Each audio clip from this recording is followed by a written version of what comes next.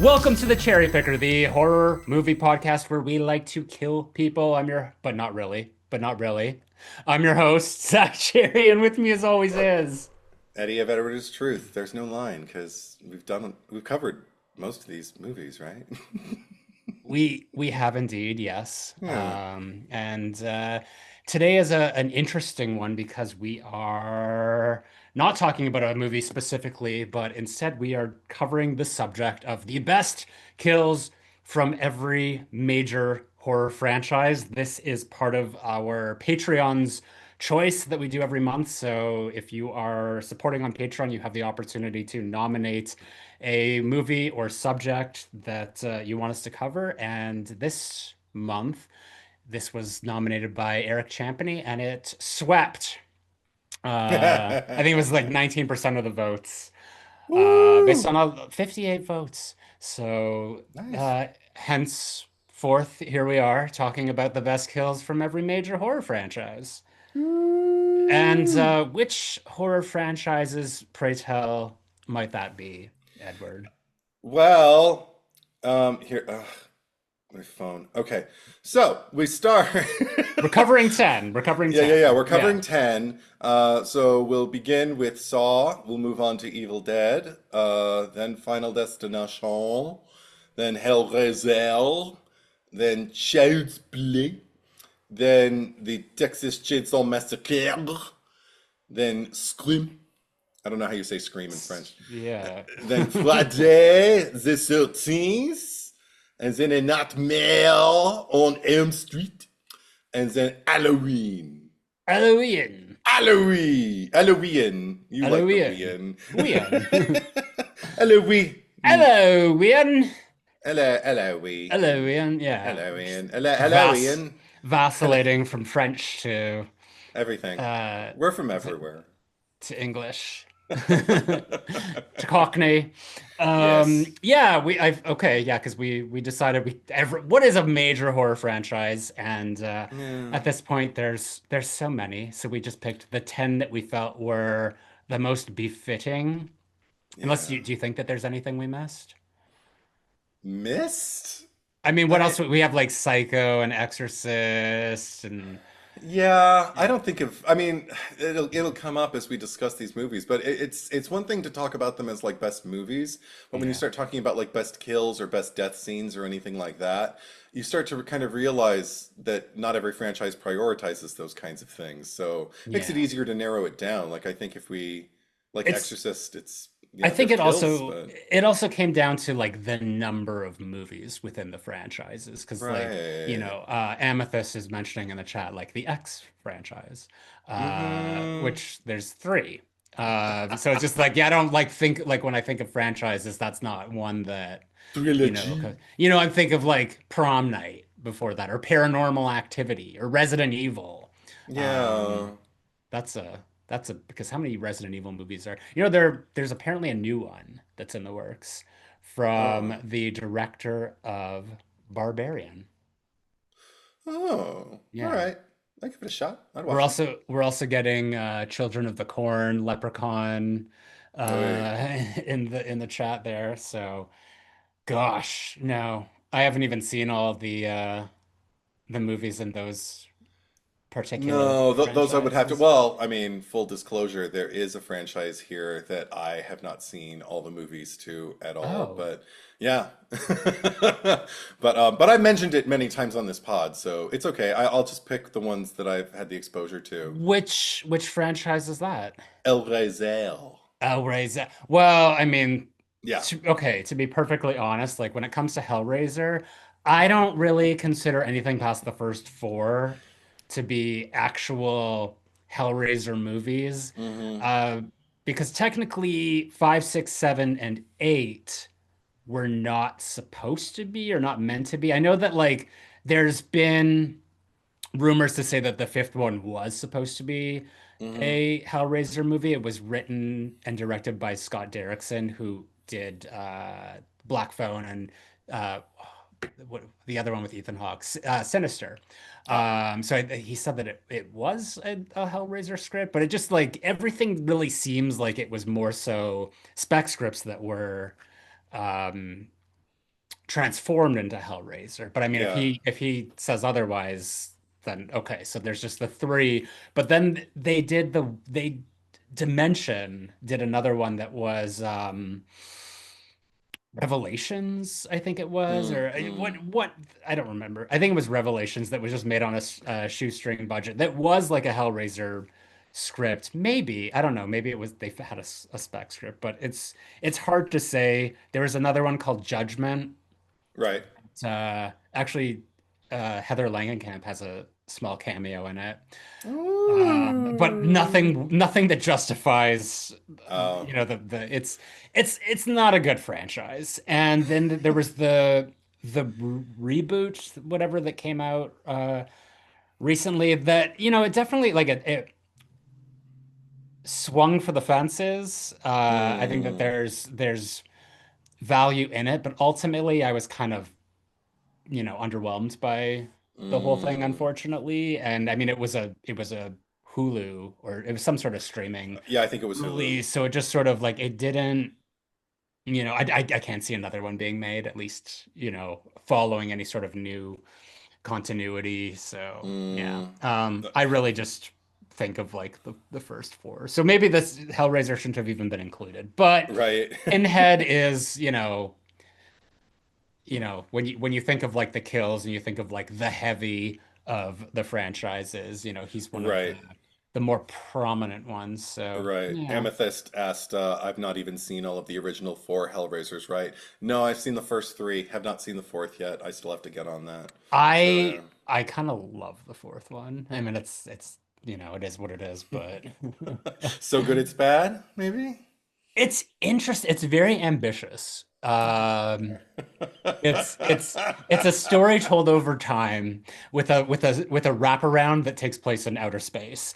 Huh. Having said that, I think that it does space much better than Jason X does. Oh. But yeah, I think we should let's just go over some quick housekeeping before we get into it. But welcome to the Cherry Picker once again. And if you are new or coming back for a while, you'll see that we now do these live in terms of recording them with Patreon. So if you're supporting on Patreon, so that's www.patreon.com/ZachCherry, ZACKCHERRY, and you are subscribed at the Freddy Krueger tier, you'll be able to join us every Monday night as we record these live, and you will be in the chat, as you can see if you are watching in the middle. If you're listening, just imagine a chat in the middle of the screen where we interact with everyone as we do this. So this is perfect for this opportunity because we want to hear what your guys's thoughts are on the best kills for each one of the respective franchises that we're going to be going over.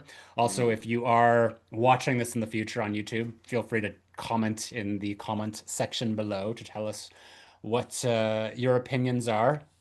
But also, if you are supporting on Patreon, as I said already, we have the Patreon's choice once a month, and you can nominate and vote on the movie or subject that you want us to cover. So lots of fun, lots of things to do. I do want to thank a few of my Patreon supporters. So to the Michael Myers tier, thank you to Kyle Beard, Ali Hamouche, Shane Allingham, Tim McKay, Stephanie Starbright, Horror Slet 95, Traj 125, Bruce the Genetic, Jackhammer, Rando, and then Ghost Faces. Thank you, Eric Champney, Sam Levy, Daniel Saturn, Baby Ghoul, Garrison Nichols, and Craig Lynn. A lot of them are here right now with us. But Ooh. having said that, what are we starting with again? It was Uh, final oh, is that the one we're five. starting Was with? it what was it, or was it Saw? I don't remember. Yeah, no, it was Saw. Saw. You made me think I deleted my Final Destination choices and I was about to lose my No. mind. No, it's Saw. So you can't do that to a Virgo. Um, Ah. Saw. Okay, very interesting. Hmm. Um, yeah. Do you want to start or do you want me to? Sure. I also have some like things that came to mind while I was considering this. Yeah. And this one was actually kind of like more of an easy one because, I mean, what if we're talking about franchises that literally showcase their deaths? This is definitely one. So there's a lot to mine from. But I also realized like the first thing that came to mind wasn't even a death. It was just I don't know, a set piece. And I just kind of thought, oh yeah, like when they throw Amanda into that pit of needles was the first thing I thought. And I'm like, but she Oh, doesn't die, so gross. that's not a death. So, okay, that doesn't count. And then I also thought about I mean, I don't know, something about it just gets under my skin, but the pig vat scene in three, where they Mm. just like those muddy, I thought of gross, that too. Yeah. rotting. Oh God.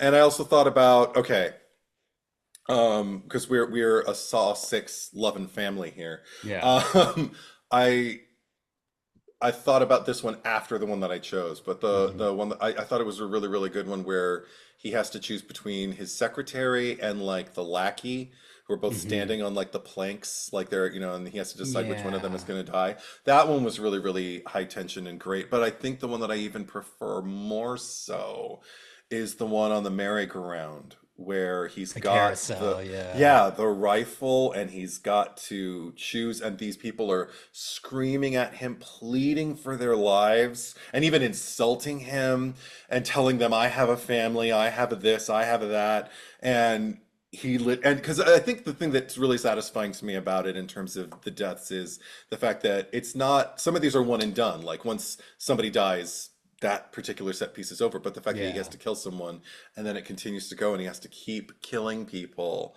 to the point where I think it's the final one, I believe it's the final one, I didn't get to rewatch it, but the final one, as he's like holding the gun to him, he's not even looking, the guy's like, no, you look at me when you're killing me, you look me in the eye when you're killing, and I'm just kind of like, this is it's delectable, it's intense. It's such an over the top delivery. It's just like Yeah. it's like the performance and this is no insult to the actor because it's both amazing and terrible at the same time that it's just like it's because of that it's so good. I dig it. It's yeah. Oh, Yeah. I always remember that line. So that's my top kill from Oh Saw. wow. How about Hmm. you? Yeah, it's well because you mentioned and we'll go through the comments in a bit Yes. here. But the two that come to mind, which are, I mean, coincidentally, I think the two best or my two favorites in the franchise are from 3 and 6. And that was definitely one of them that I was considering just because of the layers to it, of just like everything Hmm. that you explained. Um, I think ultimately, you know, not that I'm like being pedantic or like breaking it down because it's just like that's more of like the trap than the game than the kill itself because they're just sort of Hmm. like getting like shotgunned. Sure. Um, so one that's actually in sixth that and I don't know because I have I think four altogether that or three um that were my final choices. So the main character William Easton is Oh, his name at the end because he gets yes. that like the vat of acid like Mm. or no it's like a thing it It, like the thing swings yeah, down and they're like the needles and it plugs just into his back. Yeah. yeah, and it just like and just like the way that he kind of just like melts apart, that was really Ooh. well done, very creative. Right. Even because like Jill's in that scene and she's like witnessing it, and she just sort of winces, like, ugh. Like there's all this shit Yeah. going on, she's just like, ugh. Anyway, I got this other stuff to do. Um, the uh the other two contenders for me would be from Saw 3, and that would be The Rack with Mm. Timothy Young. So he just like Yeah. that gets twisted around. But that kind of like that makes me like wince and just like ugh, which is, a merit for sure. But I Yeah. don't think it's as interesting. Like it's just agonizing. Like I think that Okay. the previous one that we described with the acid is probably above that, just like visually. Okay. But the other one that I chose or just like thought of was Detective Carey, with the rib cage Oh, angel yeah. wing thing. Which is Hmm. like really gross. It's iconic though, and it really stands out. Like it's one of the things that you think about when you think of the Saw franchise. I think I'm gonna go with the one from six though, the acid one. Okay. Now that I'm talking it out. Yeah. Yeah. I'm looking at some Um, of the mentions here. We're getting a lot of Saw 3. Carrie, Saw 3, The Rack. well, let's start from the top. So like Amethyst Okay. Frost for Saw, the immediate kills that came to mind for me were Carrie in Saw 3, and then Saw 6, Roulette, Gun Trap, and William at the end of the movie. Hmm. Amethyst is like always so like tuned into like exactly what we're thinking. Yes. So so it And doesn't then surprise some. me. Yeah, yeah. Adrian is saying, yeah, the Saw 3 rack. Mm, Amethyst is saying, and kind of Jill Tux, but only because we got to see the reverse bear trap on screen. mm, mm. Do you want to continue? Yeah, then Adrian Phillips says, Eddie, same thought. I don't know which one, but thank you. And There's only one. Grant Dempsey says, Williams comes to mind a lot for me in Yeah. six. Jigsaw's own in three, too. I thought about that too. I thought about the end of three. I mean, that whole thing at the climax of three with Jigsaw and with Amanda, just like that whole thing. But it didn't feel like an isolated death. I mean, like it felt like a domino, and I'm like, well, which one would I choose if I had to choose one, and I wouldn't be able to. So Yeah. I just left it. But Yeah. Mark says the merry-go-round one is the first one that always comes to mind. Yeah, yeah. And Bill and Caitlin say Saw 6 was so good. Yeah. And anyway, I think Saw X, Socks, says Bozzolini, the girl who had to cut her own limbs off. I mean, that was pretty brutal. But Yeah. I'm always hesitant. Doesn't mean I haven't chosen any of them, but I'm always hesitant to choose from the most recent installment because Mm. how much time have I really had with it? Like I don't want Yeah. it to be fashionable, my And choice. I've only seen Saw X once now, so and I was Yeah, I looking have to at rewatch it. the list of the kills because it's there's not a lot in that movie. It felt Yeah. very sparse considering it's Saw. JR says the rack is brutal. Amethyst. I also Hmm. liked the trap in Saw 4 where the abused wife had to save herself by killing her husband, but it's not a particularly exciting death scene. No, I thought about the one in I think it was in four, the one with the rapist. But the thing is, like, it's more kind of like the build up. Like, I mean, here you're Yeah. talking about because at least that's the thing is like at least with the merry-go-round or carousel, whatever anybody wants to call it, of that like with the rifle. Yeah, it's a rifle shot, so it's not like a very exciting quote unquote kill, but Yeah. it's about the situation that surrounds it and about everything that the character's going through as he is extinguishing lives. Mhm. Whereas I just kind of like when I'm watching The Rapist in 4, I'm just kind of going like, kill him more. So I'm actually unsatisfied with it because I wanted him to suffer more than he did. I think I remember saying that Yeah. at some point off pod. Yeah. But, Craig says Adam being left to die at the end of part one was pretty brutal, even though Amanda kills him, as we come to find out in a later film. mhm. Yeah, it's a kind of a disturbing kill. It depends on what's your pleasure. And you know, do you like the brutality? Do you like the realism, or do you Yeah. like the guts and gore? Do you like the artistry of it? And I think for Saw, for me, it comes down to the artistry. Yeah, Yeah. 100%. But I mean, and then also, I mean, like, I think the reason Sussex comes to mind for me also is I just remember being on such a high because it's also got apart from the layers that I've addressed, there's also just a current underneath that entire movie where I just kind of feel like this is loaded. It's something about the premise is loaded in a way that it hadn't been for me in a while. But I also think it's because like Hoffman got taken out. I'm not a fan of the Hoffman traps Mm. because he's just a sadist, and It took the magic of Jigsaw's hypocrisy away, you know? Yeah. Bill and Caitlin, how Dina Meyer died with the torso trap getting ripped up might be my number one. Nice. Amethyst, wow, we had the same pick, Zach. Brianna, Saw 3, the classroom one with all the piercings, always got me. Ooh. Mm. Yeah, I don't like piercings. Yeah, when they Anything with get piercings, like, yeah.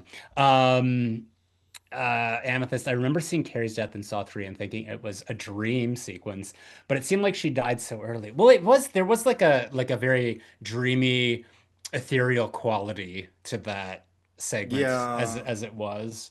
yeah. And yeah, she did die. I mean, she died, period. Like why the fuck? Mm-hmm. She should have been the final girl of that Yeah. particular franchise. Adrian, I take a point away for Amanda traps. They're an unavoidable obstacle, and it takes away from Jigsaw's illusion of choice that he gives his playmates. Mm. Davey, I'm partial to Toby's death in two with the furnace. Oh, Toby's that death one's in two. excruciating. The Oh guy who has to yeah. like climb into the Yeah, thing uh-huh. and Yeah. yeah, Yeah. I remember yeah. that. And everybody's just standing around like either losing their Oh my minds or God, just yeah. witnessing it. Yeah. Yeah. I Lucy but Camden. Yeah. but Uh the biggest one and two for me is still just that pit, but it's not a death, yeah. so it doesn't count. Grant, does the guy in four actually die anyway? I don't Yeah, remember. probably. I feel like everyone dies in these movies. The Brazen Bull, Craig, the Brazen Bull in Saw 3D was horrible. Uh Mm. Grant, I mean, if he does, it's a badly designed trap because he does exactly what the trap demands of him. JR and Saw 3D with Chester Bennington. RIP is another one I would never want to do. Those are the Nazis, right?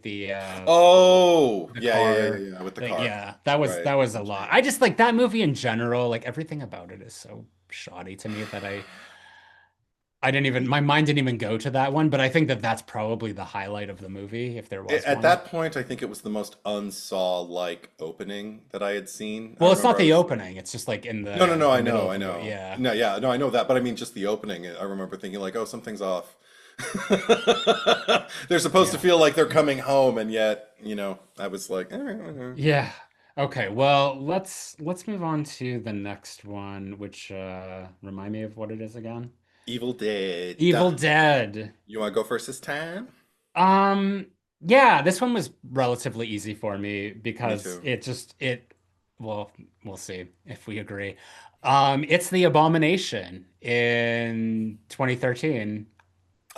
Yeah, Oh, the Abomination Mia or whatever, the whole I think okay. just like in terms of like the set piece and sort of like the chase around it. I mean, I know that's not the kill itself, but because I always like to consider all the aspects of the kill and really like the scene leading up to it and just sort of like this rainstorm of blood and the high theatrical camp of it all and just Yeah. the feast on this and the just the chainsaw going through the thing. I don't know, it just like it's the one thing that like really stood out to me the most. I feel like a lot of other stuff in that franchise, and I didn't even include the TV series because I still have yet to Hmm. watch it.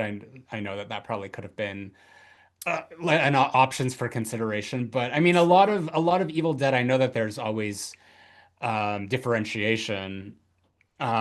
But when I think of like most of the kills, I just think like, oh, they become deadites and then like the same thing happens. Right. So it Yeah. just feels like a lot of samey. Yeah, that was another one where I felt like there's a lot of great bits. Like I kept Mhm. thinking like, okay, let me go to my fave, Evil Dead 2, and try and think about like, and I was thinking about, well, Bruce Campbell's alive. He survives all of the horrible atrocities happened to him. And the kills that happen throughout the movie aren't like my favorite thing about the movie. And then I just started thinking about the franchise at large and actually thought one of the most satisfying for me was just like and it's not my choice, but it occurred to me was the opening. I don't even know the characters' names, but the guy who gets like tossed into the uh, the lake in the opening of Evil Dead Rise. Like I Mm. remember thinking that was like a really high octane opening. I was like, okay, I'm game, let's see. And then the movie happened and I started to lose interest. Wasn't there But something? There's like a drone, uh, and like the helicopter blade. right, yeah, yeah, There's yeah, yeah, something was yeah. going on there. I mean, everything about that tableau, I was like, okay, that's kind of satisfying. But really, for me, actually, it's not. Even though I totally agree, the one that you selected, I think, is a really, really great choice. But for Mm. me, it's actually at the end of Evil Dead 2, when possessed Deadite Henrietta basically gets taken out in the climactic battle, because everything about it, I love the lead into it. I love hearing like the chimp noises that she makes. I love I love the fact that it's like, mixing like stop motion animation with like these practical effects. I love that something finally scares Ash to the point where he gets that like Bride of Frankenstein like white in Mm. his hair. And also just I love the fact that while it's all happening, like her granddaughter is there, or wait, her daughter, granddaughter, Daughter. daughter, Yeah, that her daughter's sitting there just like reading off the things, like slowly dying, the melodrama of it all. And yeah. she's just sitting there like, and it looks like she's gonna die before she can say the last word. And then the last thing happens, she goes Kunda. And then everything just goes billowing like into this like wormhole or Yeah. whatever. And yeah, even just like, and the presentation of her giant roaring head It's at Ash and everything, it's just so epic. I love it. it reminds me, I mean, this came much later, but the Buffy episode, Double Meat Palace, Oh with yeah. the the old lady with the wig, or the wig lady is what she's credited as, and then it's just sort of Right. like the penis monster, and it just like reminds me Yes. so much of the Henrietta monster. And then it's like, I'll swallow your soul, I'll swallow your soul, I'll swallow Yeah. your swallow So this. yeah, her Yeah. demise is a deadite. That's because also it counts because it is a demise. She doesn't come back. So there you go. Yeah. Amethyst Frost. Evil Dead was pretty slim pickings for me. It's just a lot Yeah. of Deadite slop kills. I picked Jake in Evil Dead 2, who gets pulled into the cellar and spat out as blood, and the abomination in 2013 Mia Chainsaws. Davy, Nice. yes, the abomination. Adrian says, feast on this motherfucker. I got Bill and Caitlin say 2013 was so brutal compared to everything before it. The nurse's death was the most jarring for me. She gets put through the ringer. That's true. That's true. Yeah. But I mean, again, like I tend to think about the attacks more than the deaths, even in 2013. Like I tend to think about just when the nurse is just going at the blonde guy by stabbing, I believe it's her, stabbing the Yeah. syringe through his glasses, and then Oh, in the yeah. aftermath, he has to reach in and pull the needle out of his Yeah. eyeball. Oh, it's so good. There was So also fucking something, good. yeah, there was something in the new one with cheese grater, but it wasn't a Yes! death. So yeah, I think that it's a franchise that's like very graphic in the attacks, but like the kills are very like like bam and move on. Yeah, Yeah. Grant Dempsey says, was there some sort of abrupt shotgun kill in the hallway in Rise? I don't know. I remember something like that and enjoying it. I don't Yeah. really remember any Evil Dead kill clearly. Sure. I Somebody got killed in the hallway. I feel the same way, like out like two outside of that, and then like 2013 to a Hmm. certain extent. Like the rest are just a blur to me. Like we've talked about Evil Dead as a franchise ad Yeah, nauseum, and I've yeah. made my stance very clear. Like there's so much to love about it, but it's not my franchise. Yeah. Yeah. Brianna says the poor boring girlfriend in 2013. Oh, because she was with the staple guns, or no, was it a nail gun? See, I can't even remember, but it was nail gun. But she Yeah. was attacking someone with it. I can't even remember. I got to rewatch the movie now. Ooh, poor Yeah. me. I do like that movie a lot, though. So, Yeah. yeah. Did we get Bozzolini's the bathroom scene in 2013 remake is the most brutal scene. I had to look away. Yes. And Yeah. Davey says, honestly, I love Evil Dead, but I don't watch it for the kills. Yeah. Yeah. And Amethyst says, the rules of Evil Dead make everything unclear for me. When do they actually see? That's what I'm saying. When do they actually die and or become deadites? Like, That's why I have to think in terms of extinguishing. There's only one kill I think I have on this entire list at the top of my list as my choice that I have to rationalize it as a kill because it is my favorite and I don't care if it's not technically a kill. Yeah. But we'll get there. We'll Oh, I cross that can't bridge when we wait. get Yeah. to it. Um, all right. Are we wanting to move on Yeah, sure. to what's next? Final Destination? Yes. All right. Well, Uh, you take this one away. okay, so I have three that I thought of before I arrived at my final decision. Yeah. Are there Uh, before we get into it, are there any from six? Just so maybe a spoiler warning because it is still new and I know maybe some people haven't seen it. no. Okay. And again, like it's the most recent installment, so they aren't really fresh in my head. And I didn't. That's the thing. I didn't leave six. I liked it, but I didn't leave it Yeah. going like, "Damn, that thing." I was just kind of Oh, like, "That was a fun ride," okay. overall. Well, Yeah. there might be comments. So if you're listening or watching, just maybe skip ahead a little bit if you're not wanting to be spoiled by the new one. There you go. Yeah. So well, from the first movie, I mean, I get so much enjoyment from the Ms. Luton disaster in her kitchen. Hmm. I mean, but again, the death itself is actually quite sad because Devon Sawa was there and he has to witness it. But everything that leads up to it, I can't. I always laugh when I watch it because I don't like her. Anyway, also, it's probably one of the strongest memories that I have from the fourth one, the Final Destination, which is Hunt on the pool's drain pipe. Yeah. Which I know that there was a short story that was written by I can't remember if it was Bukowski or someone where a man like did that, like sat on the pool drain and basically had his anus turned inside or inside out. Yeah. As it just sucked him out. Anyway. Yeah. And then also I'm a huge fan of five and I really, really love the gymnastics one. I thought about that too, like because also the Hmm. dancing around like the tack and everything like that. Again, it just bait me, bait me, bait me. And then the payoff is like ridiculous but amazing. Yeah. But my favorite, which probably might not be a surprise for anyone who's caught up on the ones we've covered so far, is the roller coaster of love from Final Destination 3 when the tanning beds were, Oh, yeah.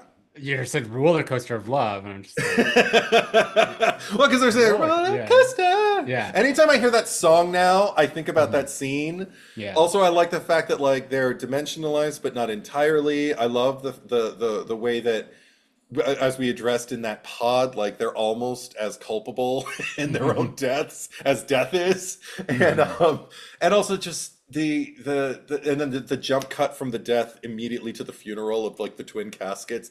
It's hilarious, but it's also I also would never wish that on anyone. I'm not laughing at them for going through it. I'm just laughing because it's unsettling. So that's mine. How about you? yeah. I mean, I had it down to two. Both of them are from Final Destination 3.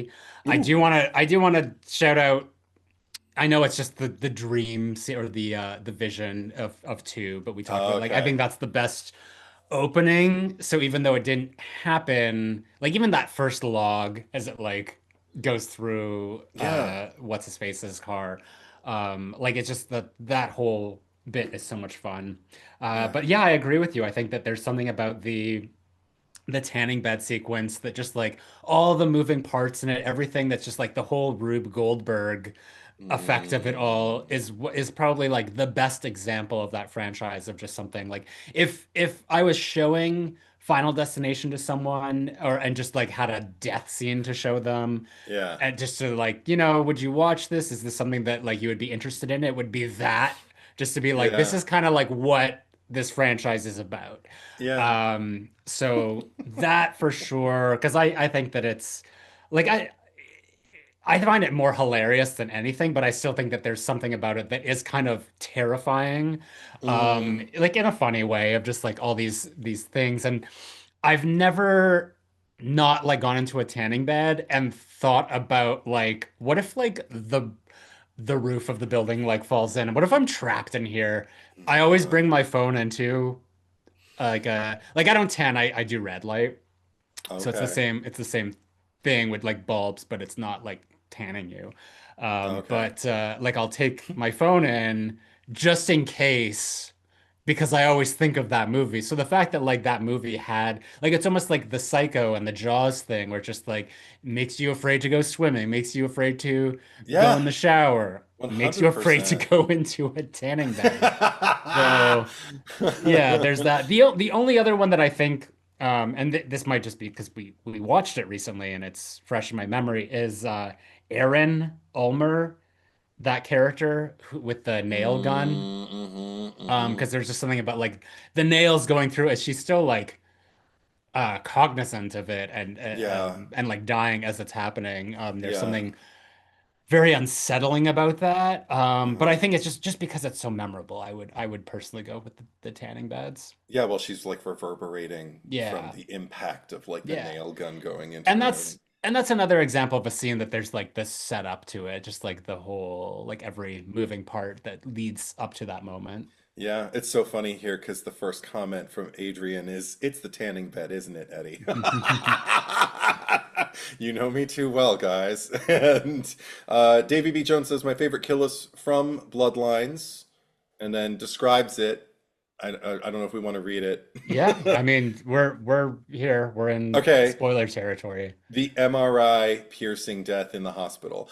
I, I get that. I understand. I mean, I thought it was set up incredibly well. I, but I think everything prior to that was set up incredibly well. It's hard to think about that movie and try and like pick up like one thing. I don't know. Yeah. I don't know. I'm also I've only seen it the once, so I need to see it again. I Yeah. need those kills like fresher in my head than they Yeah. are. And Brianna just loves Final Destination so much.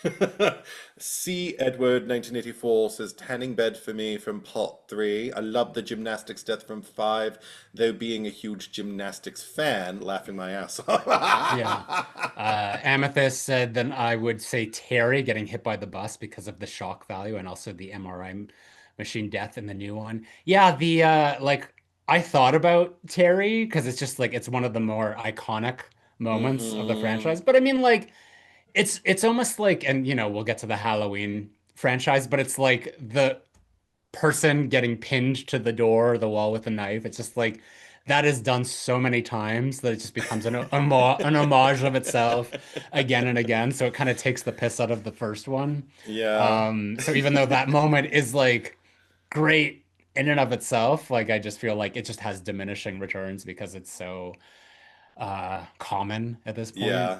Adrian's favorite is might be Pigeon Kid in 2. It's a tense build-up from memory, surprising because I don't really like that movie, but yeah, Pigeon Kid is his name now. I know That's exactly who you're talking about. yeah, Pigeon Kid. Yeah, Yeah, why not? yeah. Um, and then the two opening premonition from Davy. Buzzolini likes the girl in the trash truck from Bloodlines. Cool.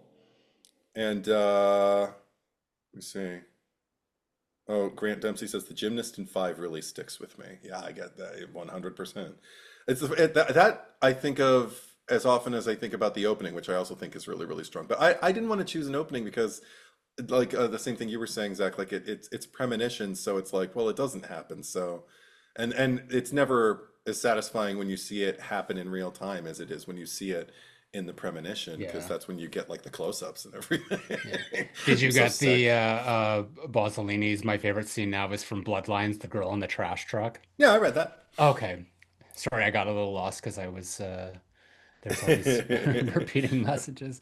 I love the Bri Brienne. That one was Yeah. interesting because it's like I felt like it was very telegraphed in a way, and especially when Yeah. we're kind of like in the foreground, we can see it like Hmm. kind of out of focus in the It's background. And I fun. love that like that's how it started. And then you got like the driver, and he's just like listening to Kelly Clarkson as he's like Yeah. swiping away on Oh my Tinder. God, it's so It's funny. And really good, especially, yeah. and again, built up, like set up really, really well. There's a Yeah. lot of things that are set up Although very well I in was that just movie. thinking, because I now that it's available on streaming, like that scene is just like all over the internet.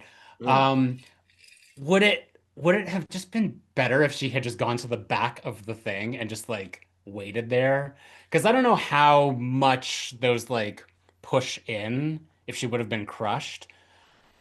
I mean, it killed the guy in Child's Play 3. Yeah. But So, no, but he was trying to get out. Remember his limb also detached? yeah, yeah. Oh, well, Yeah. that's true. Well, So yeah, I'm saying but like he, if you go to the back and just like but, let, but because it otherwise crushed him. But if you go to you're the back, it's just going to push you forward, but it's right? gonna well you're just gonna get garbage pushed up on you. I don't know. I'm making a case. I don't know if it's a good one, but I just feel like those videos like how to survive this Oh or how to that would God. be like if you ever find yourself stuck in a trash truck and the compactor is activated, just go to the back and like lean against, like wedge yourself between some garbage at the back, and maybe you'll just I sort of get. wouldn't. I'm not advising that to anyone. I don't want to. This is Zach Cherry's little disclaimer for anybody who wants to try it. I would just as soon keep a distance of at least 10 feet from garbage trucks at all times. Okay, but the idea of the game is that you're already in the truck. No, if then you know what? I had a good run. Very At least good. I'll probably be on the news. You know what? Not everybody gets to say that when they kick.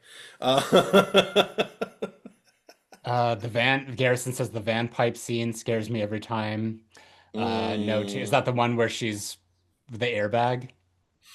the Van Pipe. In which movie? Two? Into oh my at least I'm one of my guessing that's least what I favorite think. ones. Like, But oh, the Van Pipe when the we're not talking about your favorite movies here. We're no, talking I about know, your but favorite. it makes the van explode, right? Does it make the van explode? I barely remember that movie. There is a van that explodes. I think that's the one where like the thing is like sticking through the back of the seat, and she's like lit a cigarette, and the guy's Okay. drilling to get her out, and she's just like, could you keep it down? Like that's really loud. And he's like, okay, I'll just put it on silent. And she's like, okay, great. Not realizing that Yeah. he's being sarcastic, and then he like punctures something that like sends the airbag out, and she goes flying back into that pole that's in the Yeah. seat. Then she drops the cigarette. Then it like creates a chain reaction of shit. Um, What a fun franchise. Brianna, or getting zip tied in a tanning bed. I still know what you did last summer. I mean, I I would just go Patrick Bateman. I just lay there with some things over my eyes and just think about myself. I feel like that the gravitas of that scene, and I still know what you did last summer, is so much like higher than in because obviously it's played more for comedy and Uh, Final Destination 3, but it's just like the stakes are so much lower, and it's just like it's met with so much more seriousness. And I still know it's just like relax, push the off button, unplug it. Find a way Oh to my shimmy gosh. out, or go get a pair of scissors and snip Yeah. the zip tie. Bill and Caitlin saying that weight machine kill from FD3. I still to this day duck under the bar and don't trust lat pull down machines. I don't trust anything in a Yeah. gym. So there you go. And JR says Todd was also a bad way to go out too. Todd's one, right? I gotta That was go. like where the water was like Oh seeping through God, the brutal. woodwork, and then The like bloody eyes and everything the hanging in the wire. shower. Not Yeah. fun. Yeah, that's not fun at Yeah. all. But yeah, no, my fave is tanning bed. So it's neat. Yeah. Okay, well, let's move on to what is the next one? The next one is Hellraiser. Okay. You can go And first this time. we had already talked about Hellraiser of just sort of like it's slim pickings because I don't necessarily consider a lot of the sequels. I didn't even go into them because I feel like they're so shoddy looking. Like it just like the effects are really cheap. Mm. Um, but the one for me, there was actually two. Because I was thinking of the one in first in Hellbound, Hellraiser Mhm. 2, when Julia is resurrected, when Channard brings Chenard. the patient in and just like gives him the thing to like slice himself. Oh. And I mean it's more just I guess it's the theatrics of like her coming out of the mattress and then them doing this sort of like Mhm. blood wrestling on the Yes. floor, and then there's poor what's his face hiding behind the curtain, almost getting discovered. Um, Oh. so I don't know if that's really the kill itself, but more so just the scene. But I think that the one that I gravitate to the most is Frank's death, like the final one in the original. God, that guy's Hmm. died so many times Yeah. in the two movies. But the one where all the chains, when he's uh Andy Robinson, Hmm. and all the chains, like, Jesus yeah, wept. as he's licking his lips, and then Ugh. you know, Yeah. the line originally was just supposed to be "fuck you," Yeah, I think you said and that in the and I last always pod. and I always hear it in like a Chucky voice too, like "fuck you," which I, is funny because that's the line that McCready says to the Thing at the end of the Thing. He says like, "Yeah, fuck you too," and throws the dynamite, and like, John Carpenter, you could have done better. I mean, I know that he didn't write the script, but that's essentially why they changed it to Jesus Wept, because it was like, yeah.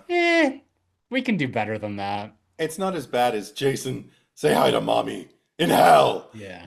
That's one of the worst. Jesus wept. Yeah, that's good. Jason, say hi to mommy in hell. Oh, Chucky. Just Tiffany, just her arms crossed, just shaking her Yeah. head like he lost it. But Yeah. no, I thought about Julia's return via Chenard and that mental patient as well, just because also the the high dramatics of it's her return. Like Julia has been summoned from the mattress, digs Mhm. her way out of this poor man who is literally, I think it's also the not juxtaposition so much as what's the word I'm looking for? I guess just the situation, big on the word setup this episode. Yeah. But the situation with this mental patient who all he wants to do is get these bugs off of him. So you Mhm. hand him a razor and he starts like cutting them off and cutting himself, and he's shrieking in agony at what he's doing to himself, but he's still going because that will mean relief, and relief will be worth all of this pain. All of there's so many things in Hellraiser that feel like so poetic and so kind of like metaphorical in terms of like what we do to ourselves in order to try and avoid pain, and the more pain we cause ourselves. But anyway, so that's, and then yeah, her chasing him, crawling around on the floor, her little meat puppet self and everything. I that was one of the things that I saw in this movie back in the days when it was on Sci-Fi Channel. I remember I saw that and I was like, "What the fuck am I watching? Who the fuck made this movie? Who the fuck funded it? And why the fuck is it on television right now? Because it feels like completely irredeemable, and I'm on board." And you're like, why am I so aroused by this? Not aroused, but definitely I can't look away. And I'm like, it's one of those things where you're like, how did this get made? Who greenlit this? And who thought I that? mean, that's just the Because way movies were back then. yeah, I guess. But I mean, but I did, that's what I used to do in the 80s Yeah. throughout. But so that's one. Another one for me actually in Hellbound is just Captain Elliot Spencer right at the top, turning Ah, into Pinhead. I love the way it's handled. I love seeing him as just like this I don't know if we call him innocent, but like certainly unassuming, because nobody's ever assuming. Nobody ever knows really what they're in for when they play with the fucking puzzle box. But you just don't do it. you just don't do it. Yeah. But I agree with you. The first one that came to mind was Frank's ultimate. And this is the one that I thought, does it really count? Because I know he comes back in Hellbound. But he is in hell, or at least in his hell, and he's kind of immobilized. Like you have to Mhm. go where he is in order for him to do any kind of damage. So he is inert. And so I just kind of felt like, yeah, in order for him to come back, he'd have to like take the same route as he did in the first movie, and that ain't gonna happen. So I just thought, yeah, just that the hooks in the face, pulling it in either direction, and the licking of the lips, and the Jesus wept. I just, there's nothing like it. There's Yeah. just nothing like, and again, I thought about a bunch of practical effect moments that I think are incredible, like like him coming back earlier in the movie, like rematerializing and everything, but Yeah. that's not a death, so I can't count It's a that. So birth. it's a Yeah. birth, yes. So so then the Jesus wept is Jesus your wept so is my we're in fave. agreement again. Yes, we are. Who knew? Okay. Who- It Also, rarely because I happens, saw but Hellraiser. sometimes. I know I saw Mhm. Hellraiser 3 recently, and I was racking my brain trying to think like, what were the kills in that? I know there were some that I liked, but if I can't remember them, Yeah. yeah. Well, Amethyst saying Hellraiser. It's Frank saying Jesus wept. Yep. Honor mentioned for him killing Julia, and then in the sequel, Julia killing Frank the same way. Mm. Grant Jesus wept. And yes, got the mattress kill. Bozzolini, Hellraiser, best kill scene in three, the club scene. So, Okay. I mean, there's a lot happening there. Like, there's a like at one point, there's like the icicle from the drink. There's the Right. DJ just like with all the CDs getting thrown into his head, and then he Yes, comes remember back as a that. Cenobite. Like, there's some crazy shit happening there. Like, that's just a massacre It was of a good time, yeah. but I knew nothing was going to surpass Jesus Yeah. Wept for There's me. also in three, there's the girl who gets her skin sucked into the pillar, and then she Mm. gets pulled in. And I was considering it. I had to actually go back and watch that scene. Yeah. But it ultimately it just looks so silly that I'm like, yeah, it's not gonna be this. Like the best Yeah. doesn't mean it's bad. Grant says the I'll say number one, the mattress kill in Hellbound, and two, Jesus wept. Cool. You know. Eric Uh, Champney agrees. It's nothing personal, baby. It's harder when Julia says it to Frank.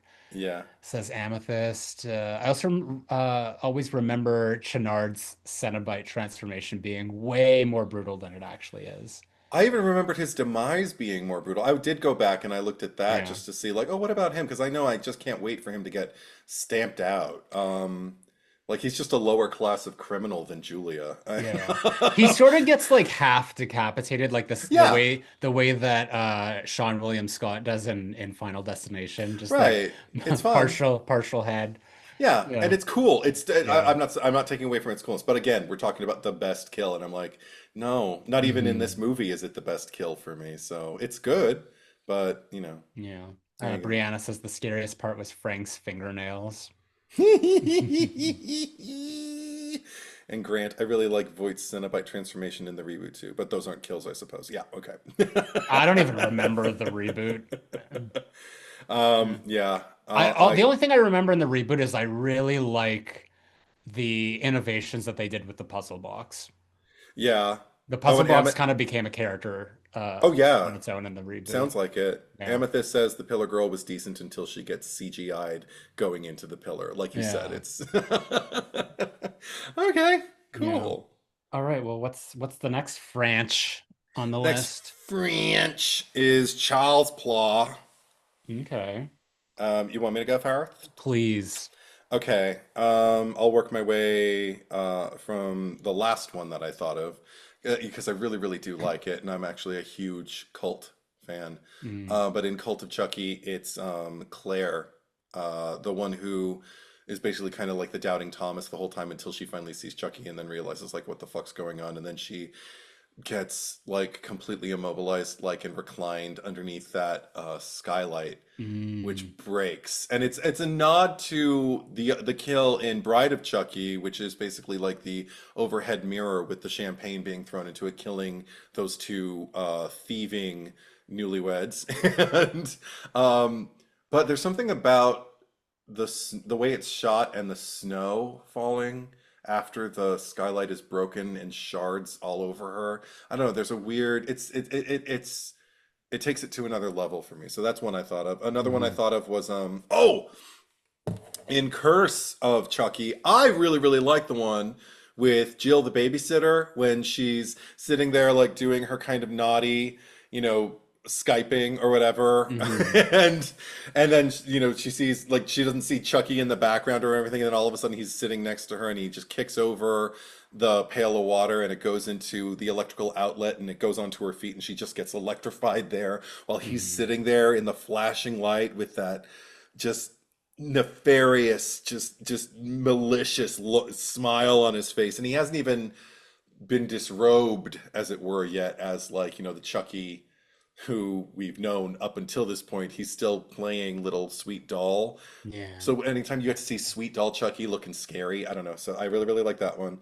Big fan of Miss Kettlewell in Child's Play 2 with the ruler. Mm, Because also I think that one's set up perfectly because I really don't like her by that point. Like I'm like, here you are punishing a kid. You don't even know what happened, but you're just accusing him, locking him in a fucking closet, and then locking the room, basically. So if there's an emergency, he can't get his fucking self out, and then you go in there and scare yourself with bouncing balls. And you know what? Yeah, I'm glad you're dead, even though I really, really like that actress. But yeah. my favorite of all favorites has to be Tiffany's demise in Bride of Chucky, human Tiffany, when Mm, she's sitting there watching Bride of Frankenstein and the tears are welling up in her eyes and she's just watching Karloff and she's feeling empathy for him the way only Tiffany can. And then in wheels Chucky with, before that, he pushes his little face up against the shower curtain, just goes, yeah. ah. Then just surprises her, just darts in, pushes the TV in. You see the scream on Elsa Lanchester's face the same time Tiffany's screaming her lungs out, and you just watch the bubbles and the flashing lights while Chucky's standing there conducting like he's Hannibal Lecter. It's just scintillating. Yeah. I'm a fan of It's a that one. great That's my favorite. scene. That's my Yeah. favorite. So yeah. Yeah, I agree How about you? with that being a good one. So looking back on this franchise, I actually realized that I'm like, this is not one that I really go to for the kills. I Yeah. find that, especially like from a certain point, like I think probably Seed onwards, and this is like including the TV series, everything just became so CGI. And we talked Mm. about it like there was the one in the third season of Chucky with what's his face with the umbrella, where it's just Oh, like that would yeah. be like that's a very inventive kill that is just sort of ruined because of the CGI of it all. So it Yeah. was really, I mean, like I kept going further and further back in the franchise because it was just like it's nothing recent because everything is just is kind of tainted by that. Okay. And I was thinking of, like the more and more I thought about it and like the practical effects of it, it's gotta be like if not his kill in Child's Play 2, which is like Hmm. all the silicone latex, whatever getting pumped into him Oh, and blowing up. yes, that's fun. It's gotta be the first movie where because they're just like he's just getting overkilled, Oh, and at that point he's just burned to a charred, crisp dismembered. and and then limbs like coming out and like there's always something about like Chucky getting killed that is so much more entertaining than like Chucky killing people because I feel like Right. with Chucky Yeah. killing people it's more of just like boo gotcha. And there are mo like I really liked in the TV series actually like the housekeeper with the knives and the dishwasher Yes, sticking up dishwasher, yes. because that's like something that I always like criticize my mom for. Just like, why are you putting the knives blade God. up? Like that's just stupid. My You're sister and my asking brother-in-law for do shit. that Yeah. too, and I'm like, guys, it doesn't make them cleaner. It's a myth. Turn them upside down because you're gonna fall, and I don't want to be here to have to identify the body. Yeah. Anyway, yeah, Yeah. I'd rather have dirty knives than yeah, than have my face fall into right. one of them. But yeah, 100%. I always find like Chucky's demises, like even in 3 when he's just getting like shredded in that thing, like Yeah, that's fun. his demises are always the most fun in these movies. So I think that like I'd probably go for the first movie. Okay. Yeah, like his kill in the first. Kill him! Kill Yeah. him! Let misery live. Yes, right. Give me the boy and I'll let you live. Oh my God, it's so operatic and great. So, what are Yeah. people saying here? What are people saying? I've got to go back up. Scrolling, scrolling, scrolling. Okay. I got, Uh, Amethyst says yes. Child's Play. My first pick was Tiffany killing the con artist with the ceiling mirror. Yeah, that's a good one. Yeah. Yeah. The couple. Yeah. I feel like we don't really see a whole lot in that though. I mean, well, because the lights are out, but It's also the moment that makes Chucky propose. Yeah. So, and plus that girl, the Bonnie to that guy's Clyde, The thieving slut. yes, the thieving That slut. thieving slut. She doesn't deserve to wear that ring. That's Margot Kidder's daughter. I forget her first name, but she's Margot Oh. Kidder's daughter. If you look at her face, you can see the resemblance. Oh, But interesting. yeah, Amethyst says, am I looking at the right thing? Also enjoyed John Waters getting an acid bath and seated Oh, it said Child's Chucky. Play. Yeah. My first pick was Tiffany killing the Connors, yes, and then also enjoys John Waters getting an acid bath and seed. Nika Chucky, Stomping, Dr. Foley, and Cult. That's a great one. Yeah. And Aunt Maggie's cinematic fall out the window in the original. I mean, that's epic. Eric says in the reboot they killed out the only likable character in the first 20 minutes. I liked I can't remember the actor's name right now, but the one the one with the sweet elderly mother who got driven literally to her death. I liked them. Brian Tyree Henry, that's the actor's name. Mm, Him and his mom, I thought they were likable, but and I love Aubrey Plaza, but I did not like her in that movie. yeah. I didn't like the kid either. Uh, Adrienne saying Mrs. Kettlewell in Child's Play 2. nice. Bozzolini, my favorite kill is the champagne bottle into the ceiling mirror. Yeah. Adrian Phillips, I don't know whether I prefer the kills funnier or more graphic. I guess it depends on the Yeah. franchise and the killer. Like, yeah, who's doing the killing? Because I don't want a funny kill in Psycho, you know. No.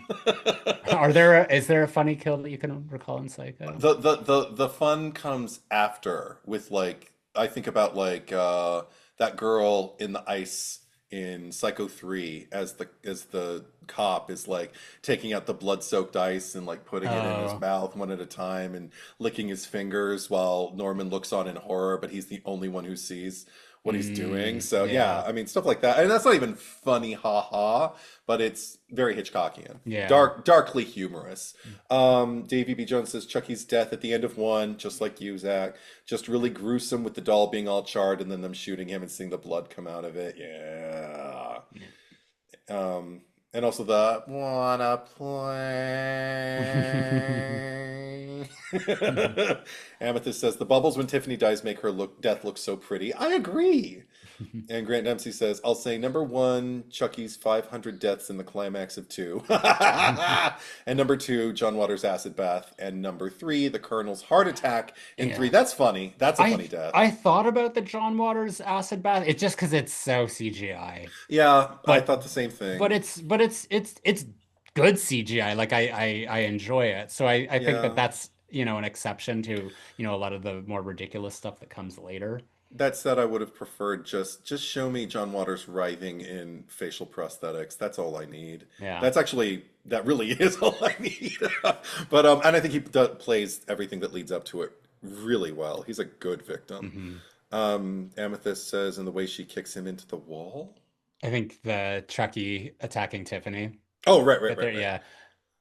Uh, Brianna, love the misdirecting curse when we think Father Frank is going to die of poisoning, but then ends up decapitated, and Tiffany and Bride, of course. hmm Amethyst, I always enjoyed Chucky's death at the end of three with him getting chopped up by the industrial fan. I just love the fall, just watching Yeah. his hair Yeah. billowing in the wind as he tumbles into Uh, that fan. Adrian says, Presto, you're dead. Yes. And also Uh, says when they shoot his leg off in the first and he flies across the room. So funny. Yeah, it yeah. is. And Grant says, I do love Chucky's deaths in one and three too. Yeah. Okay, so Yeah. everybody's chiming in. Yeah. More for Presto, you're dead in by Bruce. Yeah. Always enjoyed Chucky dying. The character is such a prick. And Mark is saying Aunt Maggie's long fall. Yeah, that's Yeah. great. Okay. So What's it's kind of like poetic justice when Chucky has to take his own long fall in three. yeah. And he's Next never ready to franchise. do it until like No. Bride when he's just like, all right, go ahead. Yeah. Like But I dying is such a bitch. bitch. The next franchise, Yeah. the Texas Chainsaw Massacre. And you can go first. Okay. This is one that there was one specifically that was like coming to mind, Yeah. amidst all of like the falderall of like every sequels, but it's not the one that I settled on, but I will mention it. It's the character's name is gosh, what is his name? It's from 3D. Oh, okay. It's the guy who's strung up and he Yeah. gets like chainsawed in half. Okay. Okay. So his like his legs come off and it's just like the torso hanging. The character's name is shit. Kenny. Okay. Oh my God, they killed Kenny. And You would yeah, do I that. don't know. I don't know why. It's just one that like it's somewhat more memorable to me than most of like the kills in a lot of the movies. But Okay. the one that I'm gonna settle on is Kirk in TCM1. Just for like the shock and brutality of it all, because it's very quick. It's just the the mallet coming down, and then just like the body trembling or like the Mm-hmm. shaking, and then being dragged off, and the door Oh. closing. So I think that that's when I think of Texas Chainsaw, of just like classically and Mm-hmm. the grindhouse appeal of it all, like that's the one that always comes to mind. And that score cue too, just that Hmm. reverberating after the door shuts. Yes, I agree. Yeah. That one came to mind as well. Yeah. But I also thought um, I did. It's not the kill that gets me about this one, but it's just the impact because it still works on me when I see it. Is '03, the remake, and with I said Pepper because she's the one who gets killed, but it's not so much her kill as it is the reveal because Jessica Biel, what's her fucking name in the movie? Aaron. Aaron, Yeah. another Aaron. Aaron sitting there trying to start the car, and after Leatherface takes Pepper out and she's got him in her headlights, that's when he looks up and she sees Eric Balfour Kemper's Yeah. face mask that he's wearing and everything. That look still just creeps me out. Something about for the first time in the franchise, actually seeing a face that I can recognize when I see Leatherface wearing it. Hmm. But I didn't put it at the top because it's number one. It's not because of the kill, but it came to mind. Hmm. Also thought okay about it's not so much the kill as what the death accesses for me, and I thought about LG in Texas Chainsaw 2 with Stretch when they're trapped Oh, okay. together, Yeah. and he's already had like half of his skin just kind of like shorn off in pieces. He Mm. wakes up, he frees her, and then he dies, and that opens the door to Leatherface to go in and do one of my favorite sick things that Leatherface has ever done on screen, which is take LG's face, put it on, use the ears to loop around Stretch's ears, and then do like a little dance. We're gonna play, oh my God. But again, not the kill, so it's more everything around the kill or the death. But I think the death for me, it's so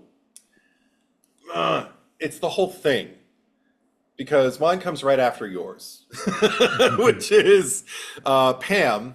From the moment she's approaching the house and we get to watch it get bigger and bigger and bigger to the point where it's engulfing her, Yeah. watching her just discover the house in a way that Kirk didn't get to, and then watching her discovery of Leatherface, watching him chase her out, watching her almost get free, watching her Hmm. get pulled back in, and then watching her get put on that hook, and then the fact that she's still alive, writhing while she's watching Kirk get like shredded by the chainsaw and everything, and then the next reveal, we think she's dead, but she comes back, springing back to life out of the ice box for one last scare. Hmm. So if we're talking the death, because it takes so long to get to it, Yeah. I have to choose Pam's, just because everything that leads up to it, like she has to die at the end of it, and if she didn't die, then none of that shit would have happened to her. So Mm. yeah. Anyway, that's how Oh, I see it. oh, Anyway, what are other people very saying? good. Adrian is saying, "Do your thing, cuz." Do your thing, cuz. Is that are you being ironic? Do your thing, cuz. No, no, no. Amethyst is Texas Chainsaw. I don't like a lot of deaths in this franchise. I kept it simple and said Kirk and Pam in the original. Kirk is so There straightforward you but go. brutal, and Pam scurrying out and getting caught.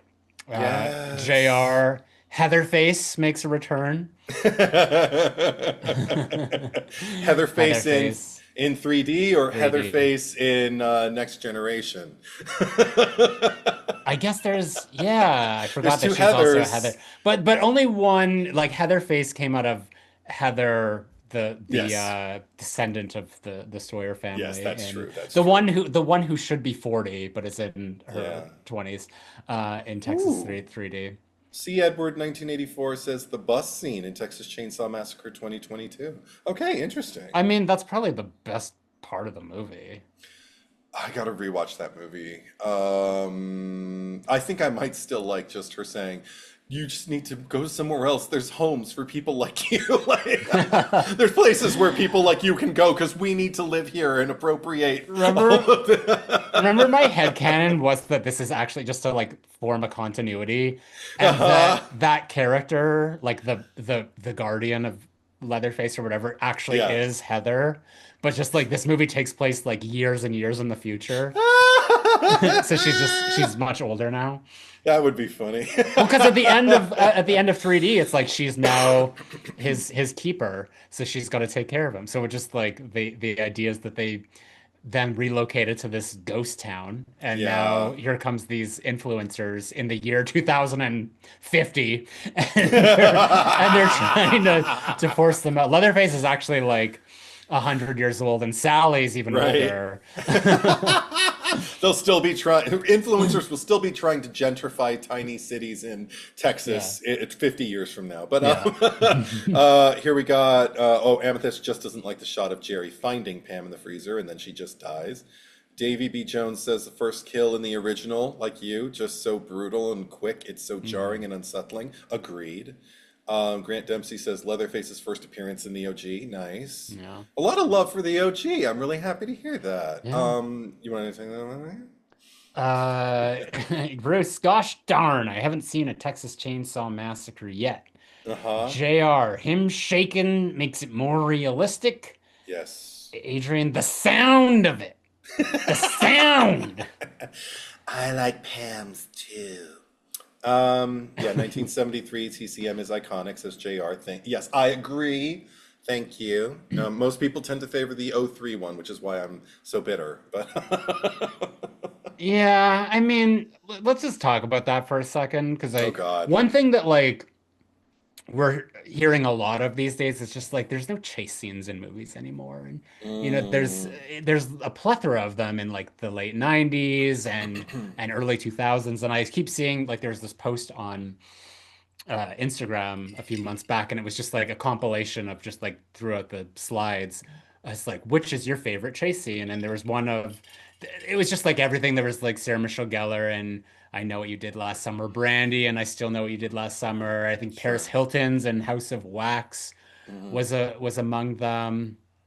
And then there was Jessica Biel's in Mm. Texas Chainsaw Massacre, and it starts with her like when the moment where you said after she sees the Kemper mask and starts running away, and it just like it's just like different shots of her running through the woods, and then she comes Yeah. upon the trailer, and then it stops, and I'm just like, and then it just keeps going, like it just the whole movie is just her running from location to location, Oh yeah, and it's just like 100%. different, it's just different shots of her Hmm.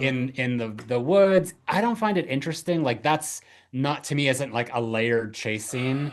It's just a prolonged padded thing of just like this. And this is why we don't have chase scenes anymore, because like the studio thinks of chase scenes and they're just like, well, this could just be trimmed down. Because there's nothing, when you look at something more like for instance, um the Helen scene in I Know What You Did Last Summer, where there's like the elevator stuff, or even in Mute Witness, which is a movie that we talked about on the podcast, of that whole like first Oh, act of the movie and her like having to get that the key and the yes. like it falling down the elevator shaft and then hiding in the elevator shaft. Like it's just like there's multiple layers to it that add to the suspense. It's not just like Mm-hmm. padded runtime of just like, okay, now let's just show a shot of her running from this location. Now here's a Mm-hmm. different shot. And no, let's just make sure we show the killer behind her. So Yeah. that's part of the reason why I don't like the 2003 remake as much because I just don't find it as interesting. I just think that Mm. it's all like the cliches just like strung up there and it looks nice, but like it's not supposed to look nice. It's Texas Chainsaw Massacre. Yeah, there's ways to do it. I mean, I also think about like, of course, Scream 2 with Gail and Dewey running from the classroom into the recording Oh studio. my God, so good. Of course. How did I not Uh, mention that? I don't know, but that's why you got me here. But no, I mean, just in terms of exploring the possibilities, and I think we covered that extremely in our discussion of that movie. But and I know we've definitely discussed it off pod as well. But Yeah. I think for me, just to close the book on the chase scene at the end of '03. There are still some good ideas for me there that I feel almost get kind of watered down with the amount of vistas that we visit. Like I think I said probably just discussing the entire franchise, that pod. She runs into that one random house. I don't need that because number one, why isn't anybody living in that house? Whose house is it? Why is she? Why? How does she not know? How does she know that nobody's in there and that it's? And then she just ends up running out of it after her friend gets killed anyway. Yeah. That said, then she runs to the slaughterhouse, and I thought, oh, I would have loved to spend a lot more time here. You could actually just explore the possibilities of like all the different facets of a slaughterhouse Yeah. That's what and I just like have her about play like with that. yeah, that's what I like about the one in House of Wax with Paris Hilton of just like going into that Yeah. abandoned factory with all the cars and the cell phones. And then there's of course there's like her bare foot on that walkway and like the knife cutting through her Achilles tendon and all that. Like that stuff is like Yeah. that's good film. That's why like I have this appreciation for movies like House of Wax and Yeah. less so for the TCM remake. But anyway, we're talking about the kills here. Um, Bozzolini, I like the kill of the girl being dragged out of the Tesla in Texas Chainsaw 2022. Wait, at the very end, the Yeah, self-driving one? yeah. Or is she dragged under, or doesn't he just cut her head off? I don't No, remember. he like he smashed because they're driving away, the That's self-driving, and they're yes. like, "Oh, everything's gonna be so great. The And happy then music is coming." smash. Smash! She's dragged out, and then the sister looks out of like the sunroof, Right. and she just gets her head decapitated, and it's just There like, you go. yeah, Mark Craney says mine has to be Pam's, although we don't see the hook going into her back. It always makes me wince. Same. yeah. And Because we Chris, I see mean, her, she has that like backless shirt thing that yeah. she's wearing, so it's like, it's just the visual of that and knowing that, Well, also because they drop her, she had like a hook attached to a harness on the back when they shot her from the front. So when he yeah. drops her, you literally see her, ha! Like, and her reaction, that scream. It's not even a scream, but just her, ha! Ha! Ha! It's Mhm. like beyond your post-verbal, and it's so primal. It's like I'm beyond words. I can't even scream appropriately. I'm just wincing in pain and vocalizing that pain. Yeah. So that's what I love about it. Yeah, Brianna says Pam on the meat hook in one. Nice. And The Illuminati North by Northwest Vilmer in part four, says that's fun. Adrian. Yeah. Thank you for bringing up four. Somebody's got Yeah. to. And, Pam in the freezer. She died like 3 times, says Mark. Yeah. We love the ageless 40-year-old queen who looks 25. Heather Face. Yeah. That's Heatherface. I or would. or next generation Leatherface. Yeah. Yeah. Yeah. I wish we got a sequel to 3D instead of a prequel. Same. Yeah. Same, because oh god, that prequel. I think we were talking, I think in the last pod or the pod before that, about my TCM ranking, and I think I thought that 3 was my lowest ranked, and I double checked just to catch you up. Yeah. No, no, my lowest ranked, and this might antagonize some people. My lowest ranked is Texas Chainsaw the beginning, Texas Chainsaw Massacre the beginning. Oh, the one with That's my Jordana lowest ranked. Brewster. That's the one where I just fall out. Like Yeah. I'm just like it's like very grody and barely violent wallpaper. I don't know. Even with Matt Bomer on screen, I don't like his facial hair. He should be clean shaven. He should look like a Ken doll the way God intended him The to. way this isn't a Magic Mike. Right. That should have But been like no. a Magic Mike sequel where they're because wasn't it like the second one where they go on a road trip and then they it should have been they their car their bus breaks down in front of the Sawyer house and they end No, up that's wandering off. make it a little Tu Wong Fu, a little Texas Chainsaw, Yeah. and it's the Magic Mike bus. You know Yeah. what? I'd watch that movie. That Yeah. movie I'd watch. Well, But someone call up Channing Tatum, just be like, we got another one in there for you. yeah, and Joe Manganiello, and yeah, Matt Yeah. Bomer, all of them. Bring all the boys back. Yeah. And get Matthew Oh, and you can McConaughey also back. have speaking of Vilmer, Matthew McConaughey return Yeah, for his character of Magic Mike. give We him one find out more. that actually that's the correlation is that his character was it Dallas? I think that was the name of his character in I Magic think Mike is so. actually like he's a descendant of the Sawyer family and he like takes Magic Mike and all the other male strippers Oh to my meet his God. family.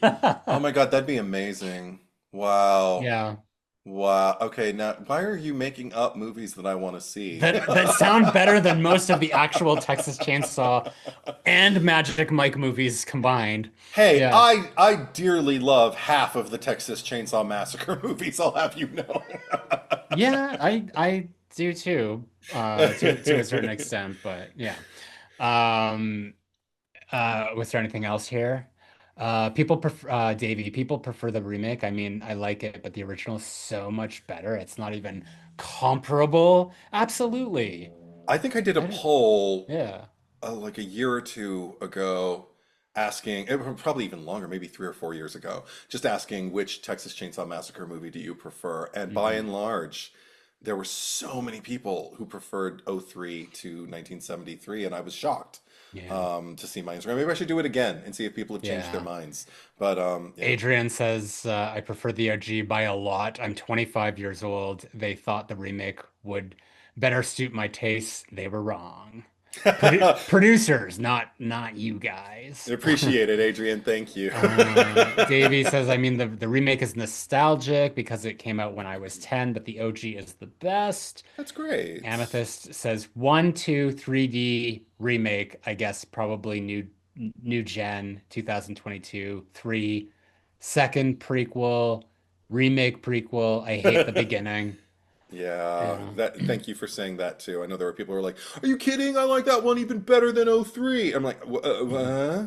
But and Yeah. JR says the remake prequel is not good. LOL. Yeah. Gives us answers to questions we never asked. Oh my God. No, or it's just lazy answering of questions. They're all sitting there just kind of like, "Well, wait, how did that guy ever get that cop car and that uniform?" Well, he killed a cop.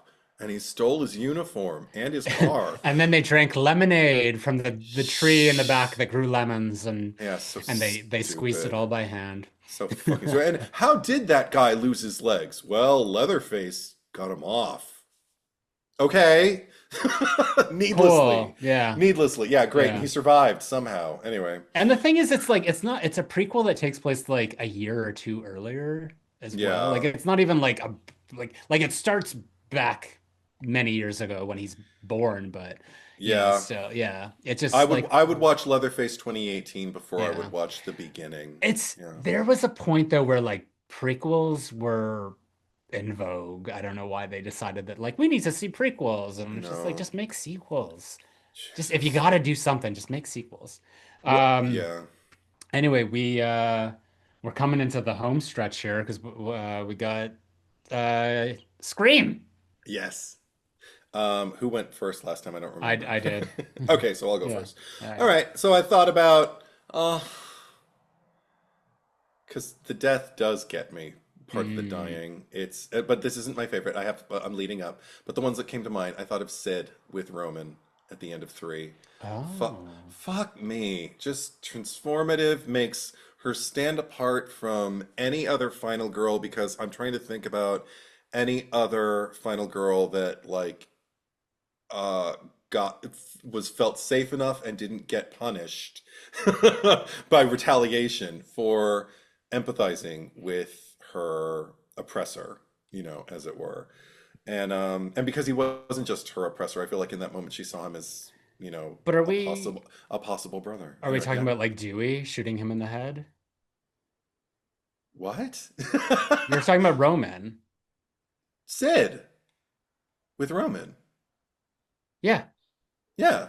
No, but not the death. I mean, the fact that he dies when you know what, you're right. Okay. That Yeah. you're right. He does Sorry, die. I just like Dewey took the piss. head. I took the piss out of your See, that's why it's not my favorite because she didn't really kill him, and Dewey had to shoot him in the head, and she Yeah. had to tell him to shoot Well, him in the head. Okay. she had the little moment. It's just like I still got to make my film Yeah. stab free, right? Yeah. Right. Oh Yeah, or God. just stab, right? I also think just because we were mentioning Scream 2, it's not a kill, but it's the fake out, the Dewey fake out in Scream 2. I still cry. I Uh, know he's gonna survive, and I still cry when he and Gail slide down the window together. mhm. Um, Huge one for me. Shouldn't be a surprise to anybody when Sam gets Richie at the end of 2022, Five Cream. Mm. Dear God, is it satisfying? Dear God, and just the wiping of the blade and the damn, we have a final girl who is also like a, like got blood face, ghost face DNA in her blood. Like that's fucking amazing. But still not my favorite. My favorite, I'm gonna be a basic bitch. Casey Becker in the first movie. There's Mm. number one, the setup flawless, and then the fact that like again, I always go back to the initial stab. Drew, Drew, like I'm talking about scary movie. Casey but Drew's performance as Casey falling to the ground, the blood coming out of her wound, the fact that it's dark, the fact that she's panting while she's looking at it, panicking, realizing, oh my God, oh my God, oh my God, I could die, I'm gonna die, I'm gonna die. The fact that she still fights back, and then and everything, the brutality of it, and then the watching her parents almost immediately like mourning their daughter, and then the aftermath of her hanging from that fucking tree. There's no way there's anything that's going to be higher than that for me in this Mhm. franchise, and I doubt Scream 7's going to serve anything up that's going to rival that. Like, I mean, I'm sure there's going to be some good stuff there, but Yeah. that's the best for me. So how about you? I mean, yeah, it's a very memorable, like Yeah. visceral image of just like just where it Yes. ends. But it's just like, but ironically, it's a that the franchise has still managed to go on and on Uh-huh. in spite of that. So for me, it just like it changes all the time. Woo! But I'm gonna gravitate towards Scream 2 here. And there's two in particular Ooh. that I'm thinking. So it's just a matter of like deciding which one it's going to be by the end. So the first is we're talking about the opening scene, and I think that Mm. the Jada Pinkett kill.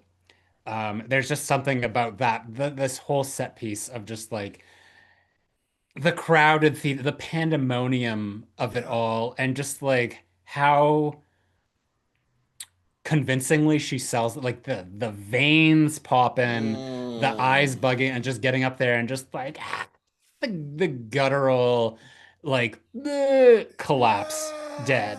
Yeah. And Yeah. it's like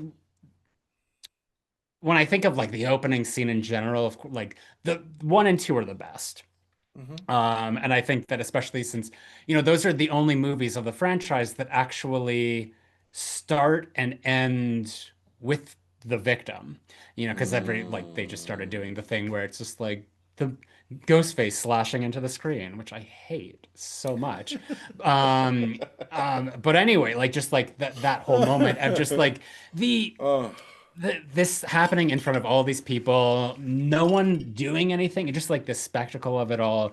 So that one I find almost even more impactful Hmm. um, than the Casey Becker of it all. Because with the Casey Becker, it's like I agree with everything. I think it's great. It's just Yes. one that like we've seen done so many times. Like it's um the Terry Chaney getting hit by the bus of Final Destination. It's the Michael Myers pinning Bob to the wall.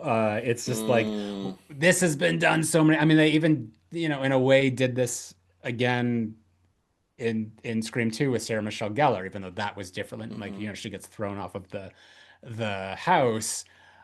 hmm But the other one in Scream 2 for me is Officer Richards, of just this Oh, non-character, like, what does he say? He's just like, "Get out of the car, you motherfucker," right. whatever it was. But just the car scene that ensues, and then Yes. just driving into that construction and the pole through hmm the head. And even though it's not like the moment itself is kind of like thrown together in all this editing, it's what we see after where it's like the head and like he's still squirming, the blood's coming out, you can hear the gurgling, and then hmm you like pan over to the hand holding the gun, and it like it's twitching and then stops. Yeah. And it feels like that scene, it's just like the kill happens, hmm but it kind of extends further to that because then it just like creates this whole scenario where they have to crawl out because of like the gate that has been like opened for them of just like the back seat. Yeah. And it's I feel like we're still in the moment. It feels like extended. It's almost like you talking about like the Saw 3 of like Jigsaw getting killed and it just like being this domino effect. Like I look at it Sure. here, and even though there's like Hallie gets killed after, but I still see this whole sequence of just being um built upon that moment of him getting impaled. And we've never Right. seen anything as like every kill in Scream is a knife stabbing more or less. And even though I think that there is a lot of nuance that comes through, I mean, there's the explosion in hmm Scream 3, but um, even though there is nuance amongst a lot of it, I feel like Ghostface using their surroundings, even though that was more accidental, we'll hmm say, it's just like I find so much more interesting. I wish that the franchise would employ more kills like that, rather than just relying on the knife.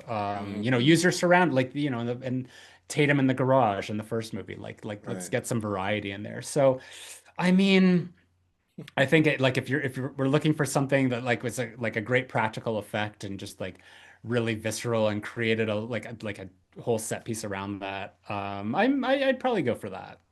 Okay. Yeah. Nice. Yeah. What do we have people saying here? Let me see if I can roll back because have a feeling people have been chiming in There's a the whole well, time. Both of us have been talking. there's a lot to Yeah. say about Scream. So Amethyst Frost says Scream. Tatum was the one that affected me the most as a kid. It's such a unique death, and she put up a great fight.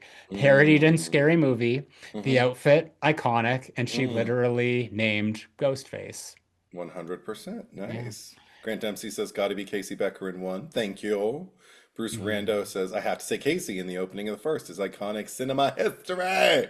And Amethyst has other faves, Casey and Maureen for the opening kills, Amber and Richie for Ghostface kills, and Olivia getting thrown around the room. I shouldn't be The laughing. the reveal of like just like the sausages of like the Oh yeah, intestines and her all that. Yeah. entrails, yes. Yeah. Oh my God. Dark blood Adrian, again. Dark blood again. it's like purple. Yeah. Yeah. Adrian, uniqueness, Scream 2, the cop getting penetrated by poles. Emotion, Casey. JR says Olivia in Scriforum is my pick. Bruce says Richie is my favorite ghost face death, but Jack Quaid represent. Davey B. Jones, Casey and Tatum from 1, Randy, Derek, and Maureen from 2, Olivia and Jill from 4. And I feel like I'm missing some. Anyway, Adrian's, did you ever? I was listening, but I was Well, kind of like, what? Adrian says the Scream 2 cop Yeah, dying creates a tense set piece for Hallie and Sydney as well. like Not you many said, yeah. deaths create more suspense. Cool. And JR says, Amber, not Sam. That would be a crazy twist. What? And then Davey also says, but my favorite is Wes from Five. Him dying, reaching for the taser that would save him, and the knife through the neck. The knife through the neck, I agree. That was like, okay, we haven't Very seen that. slow. Yeah. Yeah, done that like that. That got me. Hmm. Amethyst says Casey's death did things no other kill in the movie did, like seeing her parents and unmasking the killer. Yes, 100%. Bruce says, me and Ed are on the same level. I don't know if that's me or Edward 1984, but thank you if it's me. And Amethyst says, kill in the franchise. Okay, so now people are just just correcting themselves. JR says Casey's death is the most memorable for sure. C. Edward says Judy Hicks from part 5 in Daylight in the front yard was harsh and brutal. I didn't, oh, all of her angst before that, just like, please, he's a good boy. I'm like, oh God, she prefers cartoons and musicals. Like, let the poor creepy girl live, making her tainted lemon squares. Mark says I'm torn between either the cop in Scream 2 and Olivia in Scream 4. A lot of Ghostface's, love for Olivia. yeah, Wow. Ghostface's Welcome Home, Sydney preview of coming events always sends a shiver down my spine. Mm, Brianna agreed. Casey Becker and Maureen in 2. Amethyst, I nice. love watching the audience during Maureen's kill. Every time you look, you can see a new reaction. Some people out there knew it wasn't a prank from the start. Eric Champney says Jada's death, it's the best, and also gave Regina Hall her movie theater bit. Scary movie. Nice. Yeah, without Zach's favorite, we wouldn't have no I'm in the movie now. Ooh, you lying. I just talked to my girl on the phone. She says they don't even stay together in there. You ruined Boogie Nights, Big Mama's house. Davey says, speaking of scary movie, which Brenda kill is better, 1 or 3? 3. Three's fucking Yeah. hilarious, and Yeah. especially because she's crying wolf because I got you with the whole fake hand. Yeah. And then, I can't believe Cindy, you fell for that fake seizure. Cindy, the TV's leaking. Yeah, right. She's like, Some old white Brenda. girl fell down a well. Yeah, right. The news is on, but also just like, yeah, I mean, you pissed yourself. Yeah, I really saw that shit. She is so great. And then eating, of course, the gif that keeps on giving, where she's eating the popcorn while she's watching Yeah. the ring girl come out of the Yeah. TV. Oh, it's so, and then she beats her ass. Yeah, what you got? I mean, I could talk forever. They're Yeah. both great, though. I love them both. Mark says, Brenda's death in the first one is my favorite. You on candid camera Kid, now. out of my face! Out of my face! I could just do it all Bozzolini. day.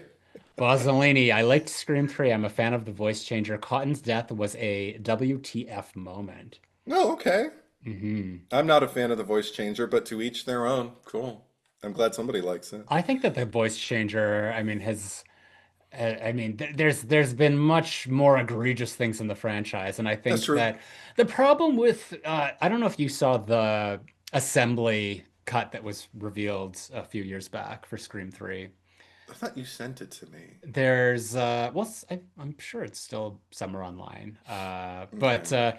there was a moment that I think should have absolutely been kept in the film, like maybe rearranged in its placement, but it was very Giallo-esque, and that's why I Mm, liked it. of course. It was showing the killer at a computer, like we were just seeing like kind of the computer screen and like the fingers and the hands, like the gloved hands at the keyboard and stuff, and just showing how the computer program would like Oh, change the voice algorithms and like get to like Sydney's voice, and then he I took out see. this microchip, put it into the thing, and then like tested it out against the ghost face mask and spoke as Sydney. It was just like, "What's your favorite scary movie?" I And see. it really sold the concept of it, but it was also just such a fucking cool scene. So, I Hmm. mean, I'm sure Wes had his reasons for omitting it, but damn, do I wish that it was still in there because that would have Hmm. heightened the whole thing for me. Also, might not have been Wes's call. like at the end of the Yeah. day, you know. Yeah. We got anything else? Adrian from Scream 6. I know Zach loved that one too. The thing with Scream Uh-huh. 6 is that the kills, and a lot of people have like really praised the kills in Scream 6, but I don't think that there's really anything particularly special or interesting about them. I think that it's just like there's a lot more brutality, Hmm. especially like at the beginning, like in like the with the Jason character, and then in the bodega, because it's just like it's more about like the force of what's just like I'm gonna stab you and like a bunch of times in the gut, Right. and like all of these characters are just not characters. It lacks any sort of like emotional connection to for the audience or even the other characters. Like I think like Annika falling off the ladder is probably the most um effective of that whole movie. And even then it's just like, the characters don't even give a shit like two scenes later. Mindy's already making jokes about other things. Oh my God. So yeah, not really Right. not JR yeah. says, sorry, just JR says, Eddie, I said Amber, not Sam, because you said Sam killed Dewey in Scream 5. Oh, I thought I said Sam killed Richie. Maybe I was laughing too hard and it didn't sound. I said when Sam killed Richie, that was when we were talking about like our top Amber. kills. Yeah. I didn't, and you said Amber. Amber. Amber. Anyway. Anybody else? Oh, and Eric's just said I opened up a scary movie tangent door. Mwahaha.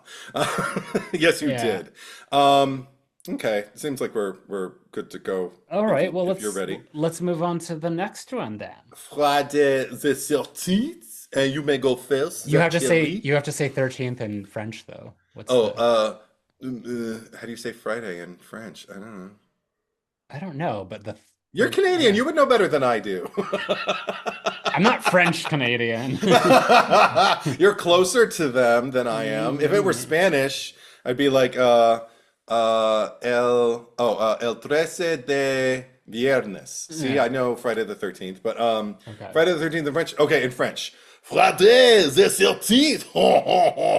There, Friday the Yeah. 13th in French. Um, Your I turn. feel like this is going to be very basic for me. It's Yeah. the cover of the thumbnail of this episode. It's the one from Jason X. It's the Adrian. Adrienne is the character's Uh-huh. name, I guess, as an homage to Adrian King, Yes. of just like the liquid nitrogen Right. and smashed face on the counter of just like sort of like Mm-hmm.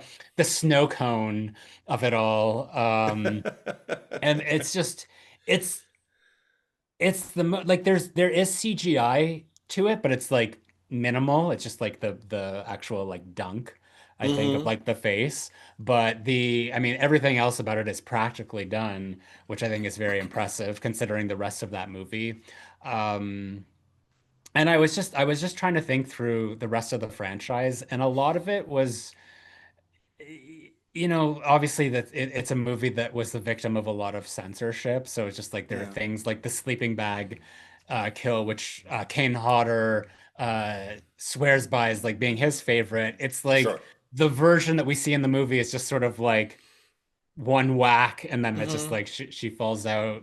Yeah. So I just feel like there's definitely moments within the franchise where there are things that happen, but a lot of it feels either scaled back Mm-hmm. or just very repetitive. I mean, I know that probably more so in like one and four, if I could think of Mm. like something just because of like Tom Savini, like even like the Kevin Bacon arrow through the neck is one that stands out, and Jason's kill hit like on his own at the end of the final Oh, yeah. chapter.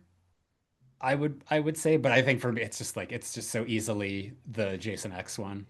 Okay. Yeah, no, the Jason X one definitely made my list as well. I thought about Yeah. I not just because it was fresh in my mind. I just rewatched Jason X like a week or two ago and had the best time watching it ever that I've had watching that Oh. movie. So that was great. But I even like that character. Her name's yeah, Adrienne, the with the liquid nitrogen freeze. I like that she was the only one who seemed to be like focused on her work and she actually again, she could have been a final girl because she was actually kind of empathizing with him while she was taking his mask off and Mm. stuff. But yeah, the face freezing and then the smash and everything. Yes, everything you said, I agree. Also, yeah, there's something to the Jason sliding down the machete of it all, and then the Tommy die, die at the end of final chapter. That's really special to me. Aside from that, another honorable mention goes to the unrated version of Jason Goes to Hell only, because Mm. you get to see it in its entirety, and that's the tent kill with Deborah when that pole goes right through her midsection and slices her up through her shoulder. Oh. It's, I remember seeing it when I was probably like what, 14, and I remember just on VHS with my family. We were having a barbecue or something, and we were all just sitting watching horror movies together. And oh my God, when that kill happened, we went nuts together, and the rest of the movie didn't really pay off that much. I remember we all just kept talking, but we were alert and engaged in that moment. And rewatching that recently too, I was just kind of like, I wish this were in a better movie. But my favorite, if I can be a basic B as well, Yeah. um, everything leading up to it. Just Pamela Voorhees losing her head at the end of the OG. Oh. Something about Adrian King, and also everything's working at that moment because like it's high octane. They're fighting each other. They literally look like they are hurting each other. And I know that Betsy Palmer did hurt Adrian King after a few takes. But the smashing, grabbing of the hair and pushing her face in, and then finally the picking up the machete, the running towards her. Betsy Palmer's camp. Ah! Just a gog expression. Whoa! Yeah, Yeah. right. Just like, We needed oh, like a no! yeah. A slide whistle or Yeah. something. But she's just like, yeah, it's a comic reaction, but Yeah. I love it. It's And then always also just fun when the, when the killer gets got. Because yeah, it's and then just also like, the how do you like it? Yeah.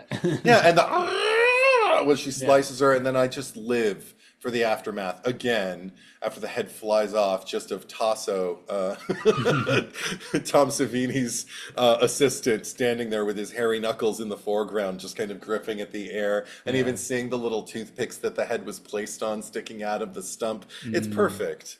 I wouldn't change a thing. No notes. yeah. So that's my favorite. Amazing. Eric Yeah. Champney says Friday Part 2, wheelchair death. Nice. Um, which is I wish that like it hadn't like freeze framed and faded to white. Like we just like actually would have seen Him it tumble? all the way down and like where he ended up Oh at the bottom. no. Yeah, that would have been sad. Yeah. That would have been really sad. But I mean, I actually just watching the body as it Yeah. is tumbling down the steps is really kind of heartbreaking for me I because he mean, was a nice maybe guy. was there more to it and it just like didn't end up looking good. So No, I that's think that was the plan. I think oh, that was the okay. planned shot. Interesting. Yeah. Like I don't know if But I don't think that I think it's great. I just, I'm like, maybe we could have done more. yeah. Adrian, Friday Part 4, Jason's death, Mark from Part 2, machete to the face. Hmm. Adrian and Jason X is good too. Amethyst says it's a little bit higher. For Friday, it's the face freeze in Jason X, but I love the kills that make me laugh. Marcy quoting Katherine Hepburn in one. Chili's dead! Oh my god! Oh my god! I had to say it in three. I think you missed a few here. So JR says, Oh, yeah, this is that's above the ones that you just read for me. I've got them in a uh, different order than you do. I got And the Rob saying he's killing me in four. Okay, so you read Yeah, one. JR, the face freeze in Jason X. Amethyst says Mark's death is so mean with him rolling all the way down the Right. staircase. And he was the cutest guy. He was cute. No, I would go for Scott. I mean, we should do that. The unibrow. I know, I know Yeah. who you're talking about, of course. No, Russell Todd. we Yeah. should do a ranking of the hunks of these movies. We should also do like our least favorite If we deaths. haven't if we haven't like we're trying to convert the entire audience to just be homosexual. Yes, there you Yeah. go. That's all you have to do is a Uh, top 10 list. Um, Davey says sleeping bag kill and Kevin Bacon death and the liquid nitrogen kill from X. yes. Mark, I can't remember the guy's name, but the one who was sliced down the middle while doing the handstand. Andy. You would remember that name. Andy. Yeah, that was a good one too. I actually really like that one. Yeah. And Uh, Grant says, hard to actually rank them, but my favorites, Kevin Bacon getting it in the throat, Violet's death in five, especially for the song. Doom, doo, doo, bow, doo, bow, doo, doo, bow, doo, bow, bow, doo. Yeah. bow, bow, now, now. And the sleeping bag in seven. Nice. JR says, I even like the bed kill in Freddy versus Jason. Yeah, you know what? That's a fun one. Yeah. Yeah. What was that character's name? Douche. Douchey McFuckface. I don't know Yeah. what his name Yeah. was. You Well, smell like Blaine, menthols. wasn't it like Blaine was like the friend? And he's just like, my best friend just died today. God. Best friend was just killed, Dad. So how about giving me some fucking space? There, you know it better, yeah. Yeah. Oh, God. I wish I didn't. The hot stones through the gut in part eight, even though the film is not a good one. I actually had a really, really good time rewatching that one recently too. But Yeah. thank you, C. Edward 1984. Bruce Rando, I agree with Zach, although Jason X is still the worst one. I There's disagree. worse, yeah. I mean, well, harder ones to sit through. I always go by like, am I engaged in watching or am Yeah. I on my phone? Or do I Adrian wish I were on my phone? says, Adrian says, I wanted Mark and Vicky to get it on. Mad as Yes. fuck at Jason for that one. Not cool, man. Such a shippable couple. Uh, Davey, I love Jason X, but haven't seen it in a decade. Watch it again. Grant, the spear gun in eight, which is pretty boring in itself, I know, but just because when I was a kid, I thought the spear gun's tubing was the guy's intestines Me wrapped too. around the spear, and Yeah. that disturbed me. And Yeah. the melting cop in nine, and the face freeze in X. Bruce Rando says the kid getting axed at the beginning of five stands out to me. Oh, well, if that's the way you feel about it. Forget Um, it, Vic. Just yeah. forget about it. Oh, and Grant says, oh, I'll say the boxing decapitation in eight too. Oh, yeah, I Mm, forgot about Mrs. Voorhees. Yes, absolutely, her beheading. And Eric Champney says, part two, wheelchair death, because one, it's fabulous. Two, it's audacious. Three, it treats a disabled character like everybody else. Jason is an equal opportunity killer. yeah. I mean, that's true. He doesn't give a shit. He's gonna kill you. No And mercy, and no also mercy. says that the death would never be allowed to happen today. It would definitely, I think it could, but it would probably go through a committee of just being like, Yeah, when are we gonna do, like, how do we make this palatable for people and not get well, or they would canceled? screen it Yeah. for like a heavily differently abled crowd and then just Yeah. ask them like, "Now, here's your survey and let us know how you felt about the death." Ugh, JR is letting us know that Trey is the douche's name. Fold your great. tray back into its upright position. Oh, Jesus Christ. Okay, that Yeah. means we're ready to move on. So the next one. Well, Craig says Yes. the sewer worker in part eight is a Okay. heartbreaker. A Yeah. heartbreaker. I think that's Yeah. adorable. Okay. Next franchise is A Nightmare on Elm Street. And, I, Nightmare. and I'll take the reins with this one. Sure. Of course, like one of the first ones that came to mind was Debbie as a roach in Mm, Dream Master. I think that's the centerpiece kill of that movie. And that movie yeah. has some really, really great kills. Um, I actually I couldn't make up my mind, even though like one I know one is like, Wes Craven's brainchild and the other is not, but the Glenn and Joey both in their bed kills. Like I love the fact that like two guys bit the dust in their beds. Like I mean inside their beds in this Yeah. franchise. So those are fun. A big one that came to mind was Tina in the bedroom, invisible, being Yeah. dragged up the wall and and everything like that. Oh my God, talk about brutal. And just Tina, the confusion and everything like that. But my fave, and I nobody's going to be surprised if you paid close attention while we walked through this franchise. Yeah. Um, Dream Warriors, the marionette with Philip and doll Freddy that evolves into regular Freddy and then giant Freddy, just because number one, the lead up to that, the fact that he slashes from across the room, the guy's like tendons or whatever, just like these shards of Hmm. flesh and marionettes him out, and the fact that they show us. what he's seeing and then what the waking reality is seeing, the fact that we see the impact it's having on the kids before he takes his final spill, before Freddy cuts the strings and he falls into everybody. I cried the last Mm, time I watched that. And I just think it's as brutal as I want my Freddy to be. It's as inventive as I want my Freddy to be in terms of like making it character specific. And I think it also just lands. It's not just brutal in a way where I'm like feeling like I'm being pummeled. I feel like I'm sitting there going through everything that the other characters who survive that death are going through as well, watching him and mourning him afterwards. So there you mm. go. How about you, Zach? I agree. That was Hey! my number one pick as well. Oh, It's gross. There's something just gross about it, but it's again, it's like working on that like multiple levels of the dream happening and like the characters witnessing it, and then just you yeah. have that like godlike Freddy hovering Yeah. above everything. It's just like it's doing everything. It's Yeah. and it doesn't feel overstuffed either. The other one that I had like maybe as a placeholder Yeah. or just like potential runner up was Jennifer from Dream Warriors as well, the one who gets the owns the Oh, TV, the welcome to prime prime time bitch. time, bitch. Yeah. Just I get it's such an iconic moment. We didn't even mention this when we did the episode last week, I don't think, because there's like at the beginning there's like this quote of like it Oh might have yeah. been like a Bible verse. Did we talk about that?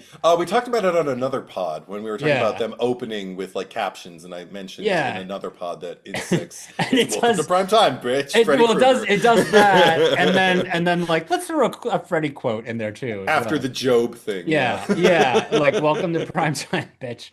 So I mean that one for sure, and then just like the imagery of her like hanging there when they come in and Oh, discover the body too. But yeah. yeah, it's got to be the what's the character's name? The Philip, Philip, hmm I'm Philip. surprised. I'm surprised you didn't choose the roach kill. I would have put money on that. Yeah, I mean I that would have been a distant, third or fourth because I also thought about Okay. Tina.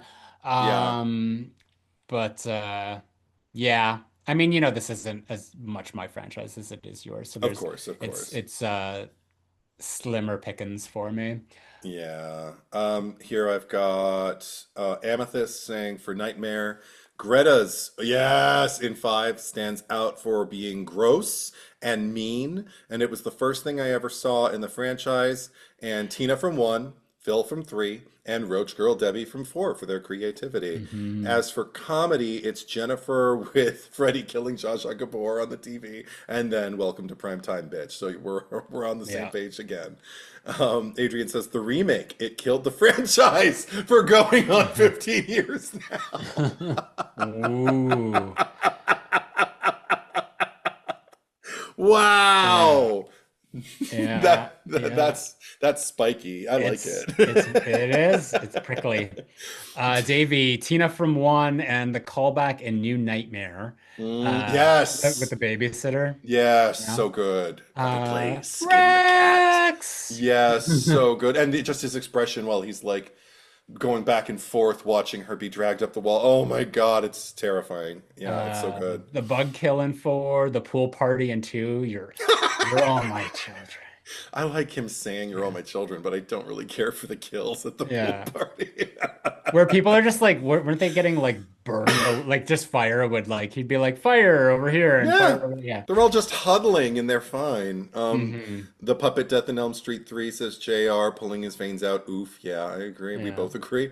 Mark Hmm. Craney saying the sleepwalking death and fall from the tower, the veins coming out of his arms and feet as he becomes a puppet for Freddy and the kids watching helplessly. Yeah, it's heartbreaking. Grant Dempsey saying Tina and Glenn in one.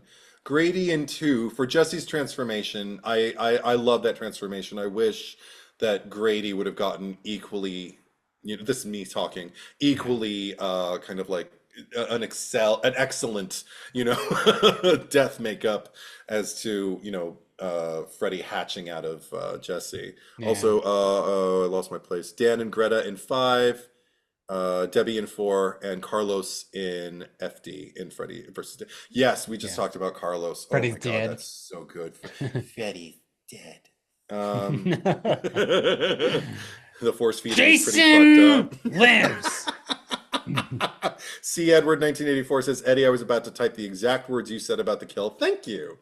And Amethyst Frost says they cut down Greta's a lot in the R version. That's true. I really, you know what? That's what I would love. Get me that footage. New Line, get on it. Bob Shea, sue who you have to. Let's get some fucking 4K Is Blu-ray releases of the Nightmare on Elm Street yeah. movies and throw in everything that was excised. Show it to us. And I know they have some of it because they show it in Never Sleep Again, but it's never Uh, been featured on the releases of the DVDs or the the well, Blu-ray maybe that's why releases. the 4Ks are taken I a hope bit, so. yeah. God, give it to Mhm. me. I need it. Davey, Johnny Depp's death in one traumatized me when I was a kid. I got past my bedtime and was scrolling through TV channels. When I came across it, I was afraid of going to sleep for like a year. Good times. There's something very Yeah. like shining elevator blood. Yeah, just the pool of Yeah, blood coming out of the bed, says yeah, Davy right after that. yeah. Yeah. Amethyst, you can't really tell what's going on, but Freddy feeds her guts to her in the unrated kill. Yeah, Yeah, yeah. of So Greta. good. And Uh, then C. Edward, Dan's kill in part five, people carry on about. That's another one that got shaved down. You get to see so much more of him getting injected with the motorcycle and becoming one with mm, it in the uncut version of it. And we have the footage, we just haven't seen it. yeah. Eric says Cockroach. yeah, Yeah. Cockroach Death in 4 and Comic Book Death in 5 are memorably fucked up. I don't think the comic book death is fucked up, but okay. I mean, it's I fucked up don't, because it could be better. yeah. It's a comic Uh, book. Go for it. Grant says Jesse in the remake for Freddy's 6 more minutes to play line. The only thing I really like in the remake. And then we don't even see what happens after. No, It's I just mean like it that's the just thing. stops. Then let us spend these 6 excruciating minutes with you, Freddy. But instead, we're just gonna cut to Nancy doing nothing. Uh, Nancy. Nancy. Nancy. Nancy. Not my Nancy. Uh, Hashtag. what Amethyst, what really makes the Debbie kill stand out for me is when Freddy breaks her arms with the Oh, weight more than the roach crush. Uh, yeah. Grant says I'll put Debbie at number one. Craig says the Nice. bondage loving coach in part two with the blades through the back in the shower seem horrible too. I mean, it doesn't sound fun. Yeah. And Brianna then says Glenn in the OG, blood sliding on the ceiling was so good. I agree. It looks like it's mhm. reaching, beckoning for his parents. So have we come to the last I think we franchise have. now? Would you like to have the Hal floor? Halloween. Halloween. No, you don't pronounce the H. Halloween. Halloween. But what if it's like since Haddonfield takes place in Brooklyn Oh, or uh, or some like it, Cockney village, you could still, well, okay, if it's Brooklyn, you still can like not pronounce the H and you go Halloween. Halloween. Yeah, Halloween. happy Halloween. You just go happy Halloween at the side of Happy your mouth. Halloween. There's a bit of an Yeah. H in there. And if you're Cockney, happy Halloween, love. I don't know. Hello, governor. All right, so you go first. Um, I have three. Nice. Um, I don't hear a lot of people talk about this one ever. I mean, unless they're just like raging because it happened. Hmm. Um, Jamie Lloyd in Halloween 6. Um, Ooh. that Theatrical first of cut. all, like yes. I don't mess with the producer cut, but the Yeah. theatrical cut, just that whole sequence is very suspenseful, just like in the barn. I think that like the cinematography, the lighting, everything that's going on is top notch. But when it happens, because it's just like it almost like it's compounded 3 times. Because first we get he grabs her and then he throws her. And we don't, I think we hear the sound effect. It's just like an example of like really good sound design. And then we see her like impaled on the corn thresher. Is that what it's Mm, called? sure. I And know what you're talking about, yeah, yes. and it's just sort of like it's sticking out there, and she's just like white as a ghost, and there's like the blood coming out of her mouth, and there's the blood on her like white like hospital gown wherever she just came from after delivering the baby. And she's just sort of like looking at it, and she reaches her hands up because there's this moment. I guess maybe she thought like I can do the thing that I did in five, like Uncle Boogeyman. But Yeah, she's like, but like you're just like like me. yeah. And he comes over, and it's almost like he's reaching out his hands, and it's Ugh. and then no, Yeah. pushes her down harder on it, and Mm, it's just mm, like we see it's so gritty and disgusting. And I feel like so much more effective than anything we see in like the Rob Zombie movies or even in like the newer ones that mm, like have like do go a lot harder with some of the violence. But here there's something about it that's just so palpable. yeah. And then like you can't have the baby Michael. And then it's just like, well, fuck you some more. And he turns on the machine as he just starts grinding. And it's Yeah. just like, so it's just like it we linger with it. It's not just like done and happens and they're just like over with. Like we're left there with her. Hmm. And I think that most people just remember it for being A, not Danielle Harris, and B, well, you killed off Jamie. Like how Mm, offensive. And it mm, just like be mm. that as it may, it's a great kill. The next one that I have on here is Marge Gutman in Halloween 3, which is yeah, Ooh, the lady who is like fiddling with the microchip and gets like blasted in the face with poor thing. the thing, and then it's like she's just got this gaping hole where her mouth is, and it's like the Mm. cockroaches coming It's out, and the yeah, her lips split open. Yeah. Ugh. yeah, like the teeth and all that, and like Ugh. the bugs like crawling through the hair, and then we see the Mm. feet under the sheet just like Yeah. shaking and stuff. Like it was just like really, really effective. I think there's a lot of great kills in that movie. Mm. But the one that I feel like just that springs to mind of just like, when I always think of it, and it is kind of borrowed from Deep Red. I feel like it's done more effectively here, just in terms of like the more traditional kill style Yeah. is Nurse Karen in Halloween 2 in the hot tub. Oh, yes. There's something so effective about. I mean, it's almost like a two in one because like we see what's his face, Bud, uh, uh, getting killed off in the background through like Hmm. the opaque glass or whatever, and then him Yeah. coming out there and sort of like playing that game with her. It's just like, you know. Pretending to be the boyfriend. He's playing along and she's like sucking on his hand and it's gross. And I mean, Yeah. I'm glad that they edited it for the theatrical release rather than how it looks in the TV version where he has that derpy like side eye look because that like Yes. always throws me. But just like it's such a creepy moment here in the Yeah. proper version and her like realizing it and then him being like, all right, I guess we're done playing. And just like the dunking of the head and just Yeah. um yeah, it's just so effective. And then just like every time she comes up, it's just like more skin just sort of like Hmm. hanging off of her face. So yeah, I think that one Nice. is probably nice. No, I Yeah. thought about a lot of them too, and I'm glad that you're bringing up the ones that I didn't list. Because no, I agree that's an incredibly intense and memorable one. Like her scream, the performance in and of itself, aside from just like all the pacing and the music that they play alongside. Oh my God, it's just exquisite. But I'm gonna kick it off with even though I'm coming to have real disdain for this movie, the more I watch it, the more I just don't want to.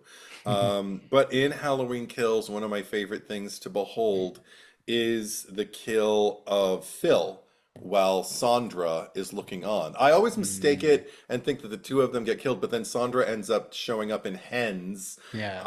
with her, I don't know, her relative or friend Her standing there. sister, yeah. Was it her sister? Oh yeah, my I think so. sister. She said she Yeah. calls her my sister, I think. It was just like you tempted that man, and it's like no, she didn't. And also just leave. Look, you're not helping her. She looks miserable even while you're defending her. There's nothing that's gonna bring Yeah. her husband back. So mind your own business. Do your own shopping. Yeah. Lori deserves to smile. Anyway, No, but the she kill. doesn't.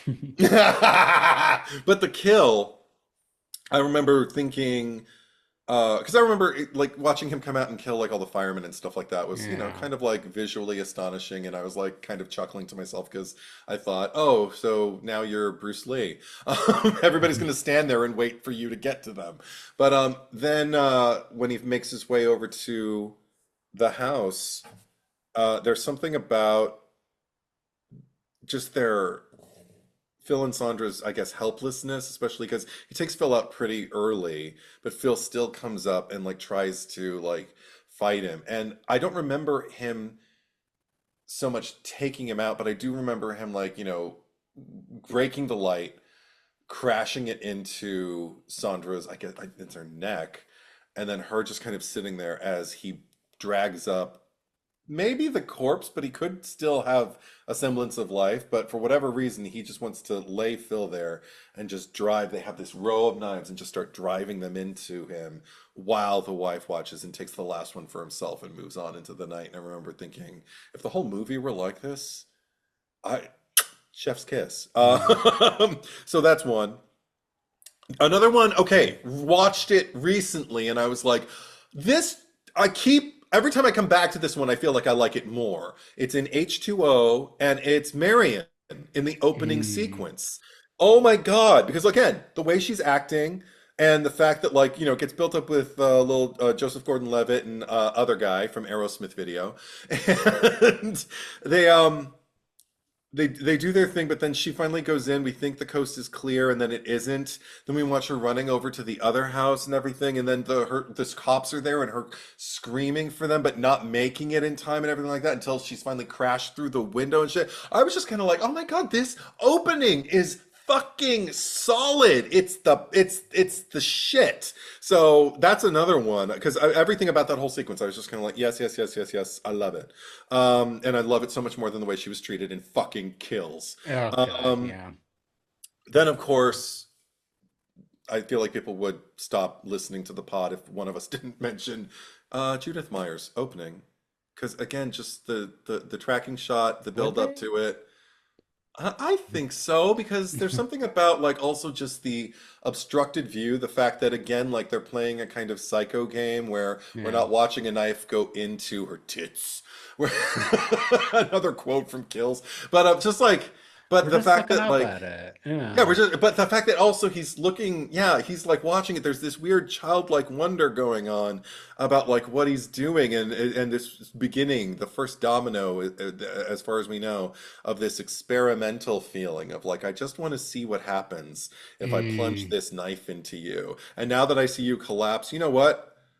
I'm gonna leave. And I love that we don't even know exactly why. Is it to escape? Is it like, oh shit, I think I'm gonna be in trouble? Or is it, I hear mom and dad. Maybe I should go see them because I don't know if this is something I should be doing. There's just like this, it starts the question mark over our heads about what's gonna motivate this killer for the rest of a franchise, several timelines. So Mm. I like mentioning that one. But my favorite, you actually already shouted out to, and it's the one that impacted me the most, which is Bob's kill in the kitchen with the knife, Mm. because this is the thing. Even the franchise in and of itself copies that kill over and over and over again. But I go back to my first time watching it. That was what made me turn the TV off. I started watching during the day. There were scenes happening in the day, in the present Mhm. day. And then as it started to get dark outside, it started to get dark in the movie. And then by the time we got to him killing Bob, I was like, I'm never sleeping again. There could be someone outside my very window right now who's going to come in and do that to me. And I'm little. I don't weigh that much. So I could probably hang there off that knife like that. I don't know. And also just again, that weird people when they miss the scientist aspect of Michael Myers, the I'm gonna watch just to see like it's not moving. Interesting. I don't know, that weird curiosity that he has. I feel like the best installments play on that, and the others just don't. Just make him I'm killing. But yeah, and also just the breath, the musical sting. So for the same reasons we were talking about with Kirk's death and everything like that, even to Mm. the aftermath, legs aren't shaking, but we just see the tension go from in these toes. These feet are flexed and they just relax. everything about it. I'm creeping myself out just talking about it. Like, it's not fun. Giving yourself the willies here. I'm giving Jeez. myself the willies, y'all. So, what Yeah. gives you guys the willies? Let's take a look. So Amethyst says for Halloween, I picked Michael lifting Nurse Jill with a scalpel in front of Lori in Halloween 2. As we've Nice. mentioned, too many knife to the wall kills. Bob's was the first and best of those. Mm-hmm. hmm I'm still looking. Go, keep but going. Adrian says Bob. Amethyst says, but again, Marge Gutman getting lasered and Buddy Cupfer Jr. getting his head crushed in Halloween 3 were my honorable mentions. Both are mean and original ways to kill somebody off, especially since Buddy's a kid. Yep. Not as much getting crushed as just like your head's about to become compost. Yeah. He's getting eaten from the Yeah. inside of a Yeah, mask. it's just Yeah. turning into like mush. Right. Grant says, I'm gonna give ends, my hot take fave, some Ooh. love and jump to mention the death of the kid at the beginning and Corey's killing of the doctor by the pool midway through. Both were shocking to me. Wow. Okay. Yeah. Shocking. I mean, the kid's death was a shock for Oh, me. you need to say this Um, next one in your voice. Adrian says, Julie Samain in it, but they probably say it the right way. Say Julie Solwyn in it. Sowen! C. Edward 1984 says Jamie in part 6 after giving birth and then being thrown onto the farm equipment. Horrible. hmm Amethyst saying H6's theatrical had some crazy kills, like Kara's awful father's head exploding. I revisited that one recently too, and I didn't need it. I used to prefer it, and then watching it this time, I was like, eh. Oh, I love it. Um, I love it. I love it. I love it. Good. I'm glad you love it. Grant Yeah. Dempsey says, and yes, I would also say Jamie in theatrical 6. Nice. Yeah. Amethyst, I love the tension of Kara watching her brother's girlfriend getting killed with the telescope, but it just kind of ends. Yes, it What's does. okay? What remind me in the producer's cut? How does she die? She just gets shot in the head in the hospital, right? We don't even see it happening. Yeah, she gets, but I lo she's I love that you had to ask. You need a clarification. Like which version? Like the best kill in the franchise of Halloween was gonna be her getting shot by Dr. Wynn in the hospital. I just, for others' clarification, I don't know. I don't know if everyone's on the same page with us at all time. It can't all be Amethyst Frost, who also We says, can't oh no, all I be up to just speed, said that. Marcy. Yeah, right. Look at the Queen of the Damned over here. Okay, for a Michael kill, says Davy B. Jones, the hot tub in 2, but we don't see it, but the nurse's pool of blood. Also, the shotgun ram kill from 4. Oh, okay, yeah, that's fun. Kelly. Oh, also says the Yeah. best one though is the masks from 3 killing the family with the bugs coming out of their heads. Don't forget Mm, snakes. Snakes.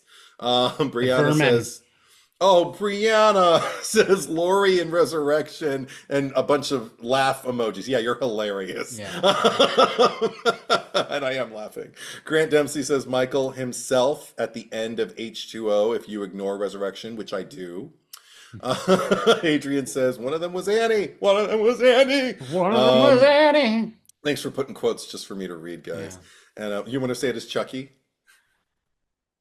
Well, because when Just exclaim it. oh, Just okay, I'll say it as Chucky, but I'm just thinking because wouldn't Sheriff Brackett be Chucky? Since I mean I know that was the original version. Okay, okay. One of them was Annie. Annie. I love that Annie is just like Annie. Andy, but no D. Andy. Yeah. You C. let Edward. him out. C. You Edwards. never paid any attention. Look what you Did did you to him. know that a young boy drowned? Oh, God. And the shriek, his name was Jason. C. Edwards says Nurse Karen in part 2, scalding and drowning. Nice. Grant Dempsey Mhm. says, and Marge in 3, and the nurse, and Michael himself again in 2. As a kid, I loved the whole scene with his eyes being shot out. Same. I love when that Mhm. happened to the mask. I was like, keep it. JR says Bob is the most iconic of the franchise. Kelly in H4 is another good one. The BF, the boyfriend on the stairs in Halloween Kills, is really brutal. It is, actually. That one is a Yeah. really well They staged one as killed him a well. lot. Yeah. Yeah, that poor kid. I Yeah. mean, he was a shithead after the first movie, but he still managed to make me. He just saw his dad die, and he just wants her to run. Like I'm like, okay, I don't know if it's redemption, but you definitely got my sympathy. Eric says, part one, Bob. Part two, Karen's hot tub drowning. Part three, the brat and his parents locked in the room as the mask is activated. It's disturbing. And H2O, Michael's decapitation. Okay, that's getting some Has love. anyone mentioned the ice skate in Joseph Gordon-Levitt's face yet?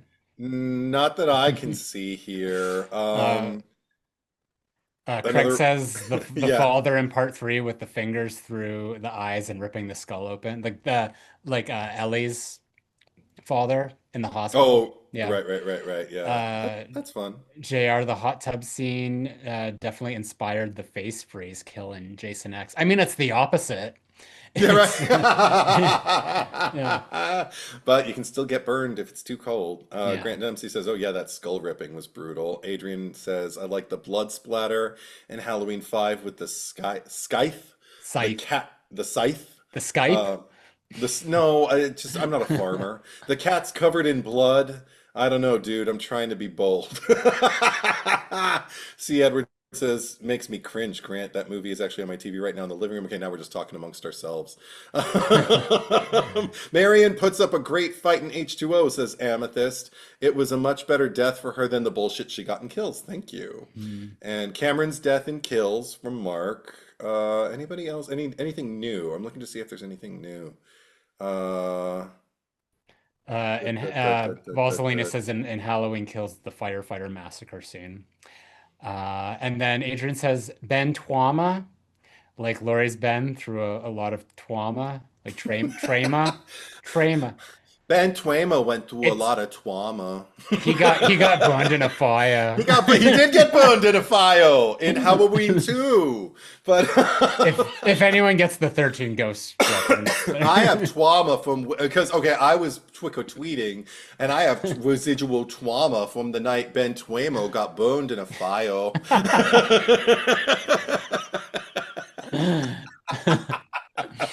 Oh, 13 ghosts. Yeah. Oh, the little Oh my thing. gosh. Oh, and Grant Dempsey says Tyra Banks in Resurrection. Well, sure.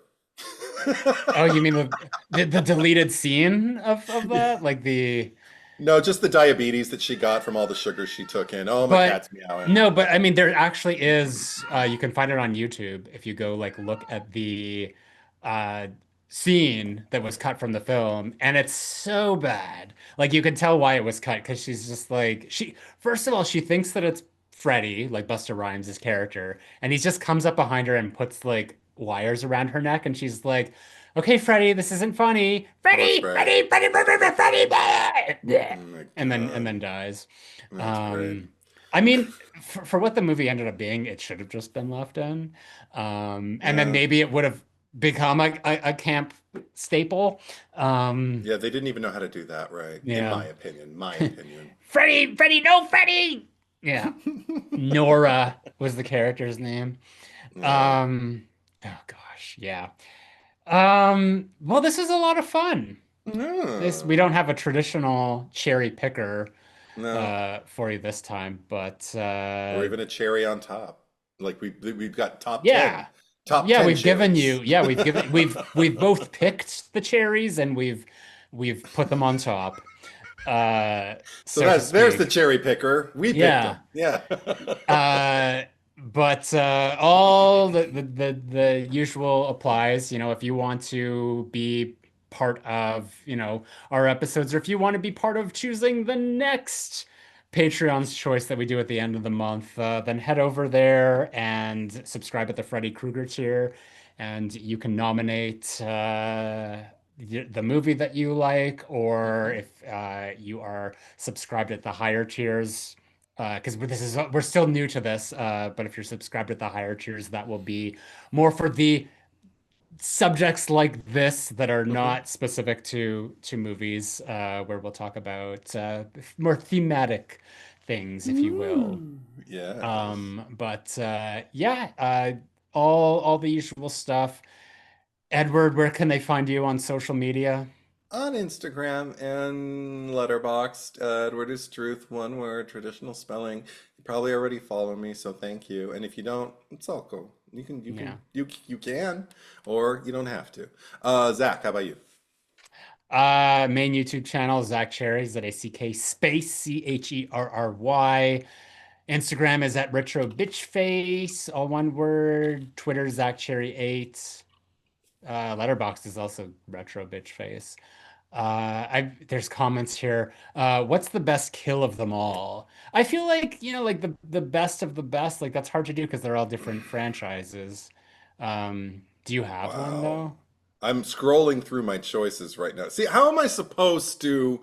That's so unfair because how am I supposed to choose between Phil's marionette kill in Dream Warriors and Casey Becker in Scream? And Yeah, then Pam in TCM. Like it's too much. It's too that's much. some unnecessary Sophie's Choice bullshit, and I will Yeah. not participate. We will not partake in that. Do you remember what we're doing next week? It's the I'll forever and always know what you almost did last summer. I'll always know what you did last summer. What The you did? Yeah, the horrible, horrible. horrible third chapter in the franchise. Obviously, we have Yeah, the reboot coming out yeah, next month as well. So high time to revisit this and just is it really as bad as we all remember it? Probably, but I think it might be really fun to talk about might be. and shit all over. So that's what you can expect next week. Thank you for watching. Thank you for listening. Thank you to Patreon supporters for making this happen. And we will be right back.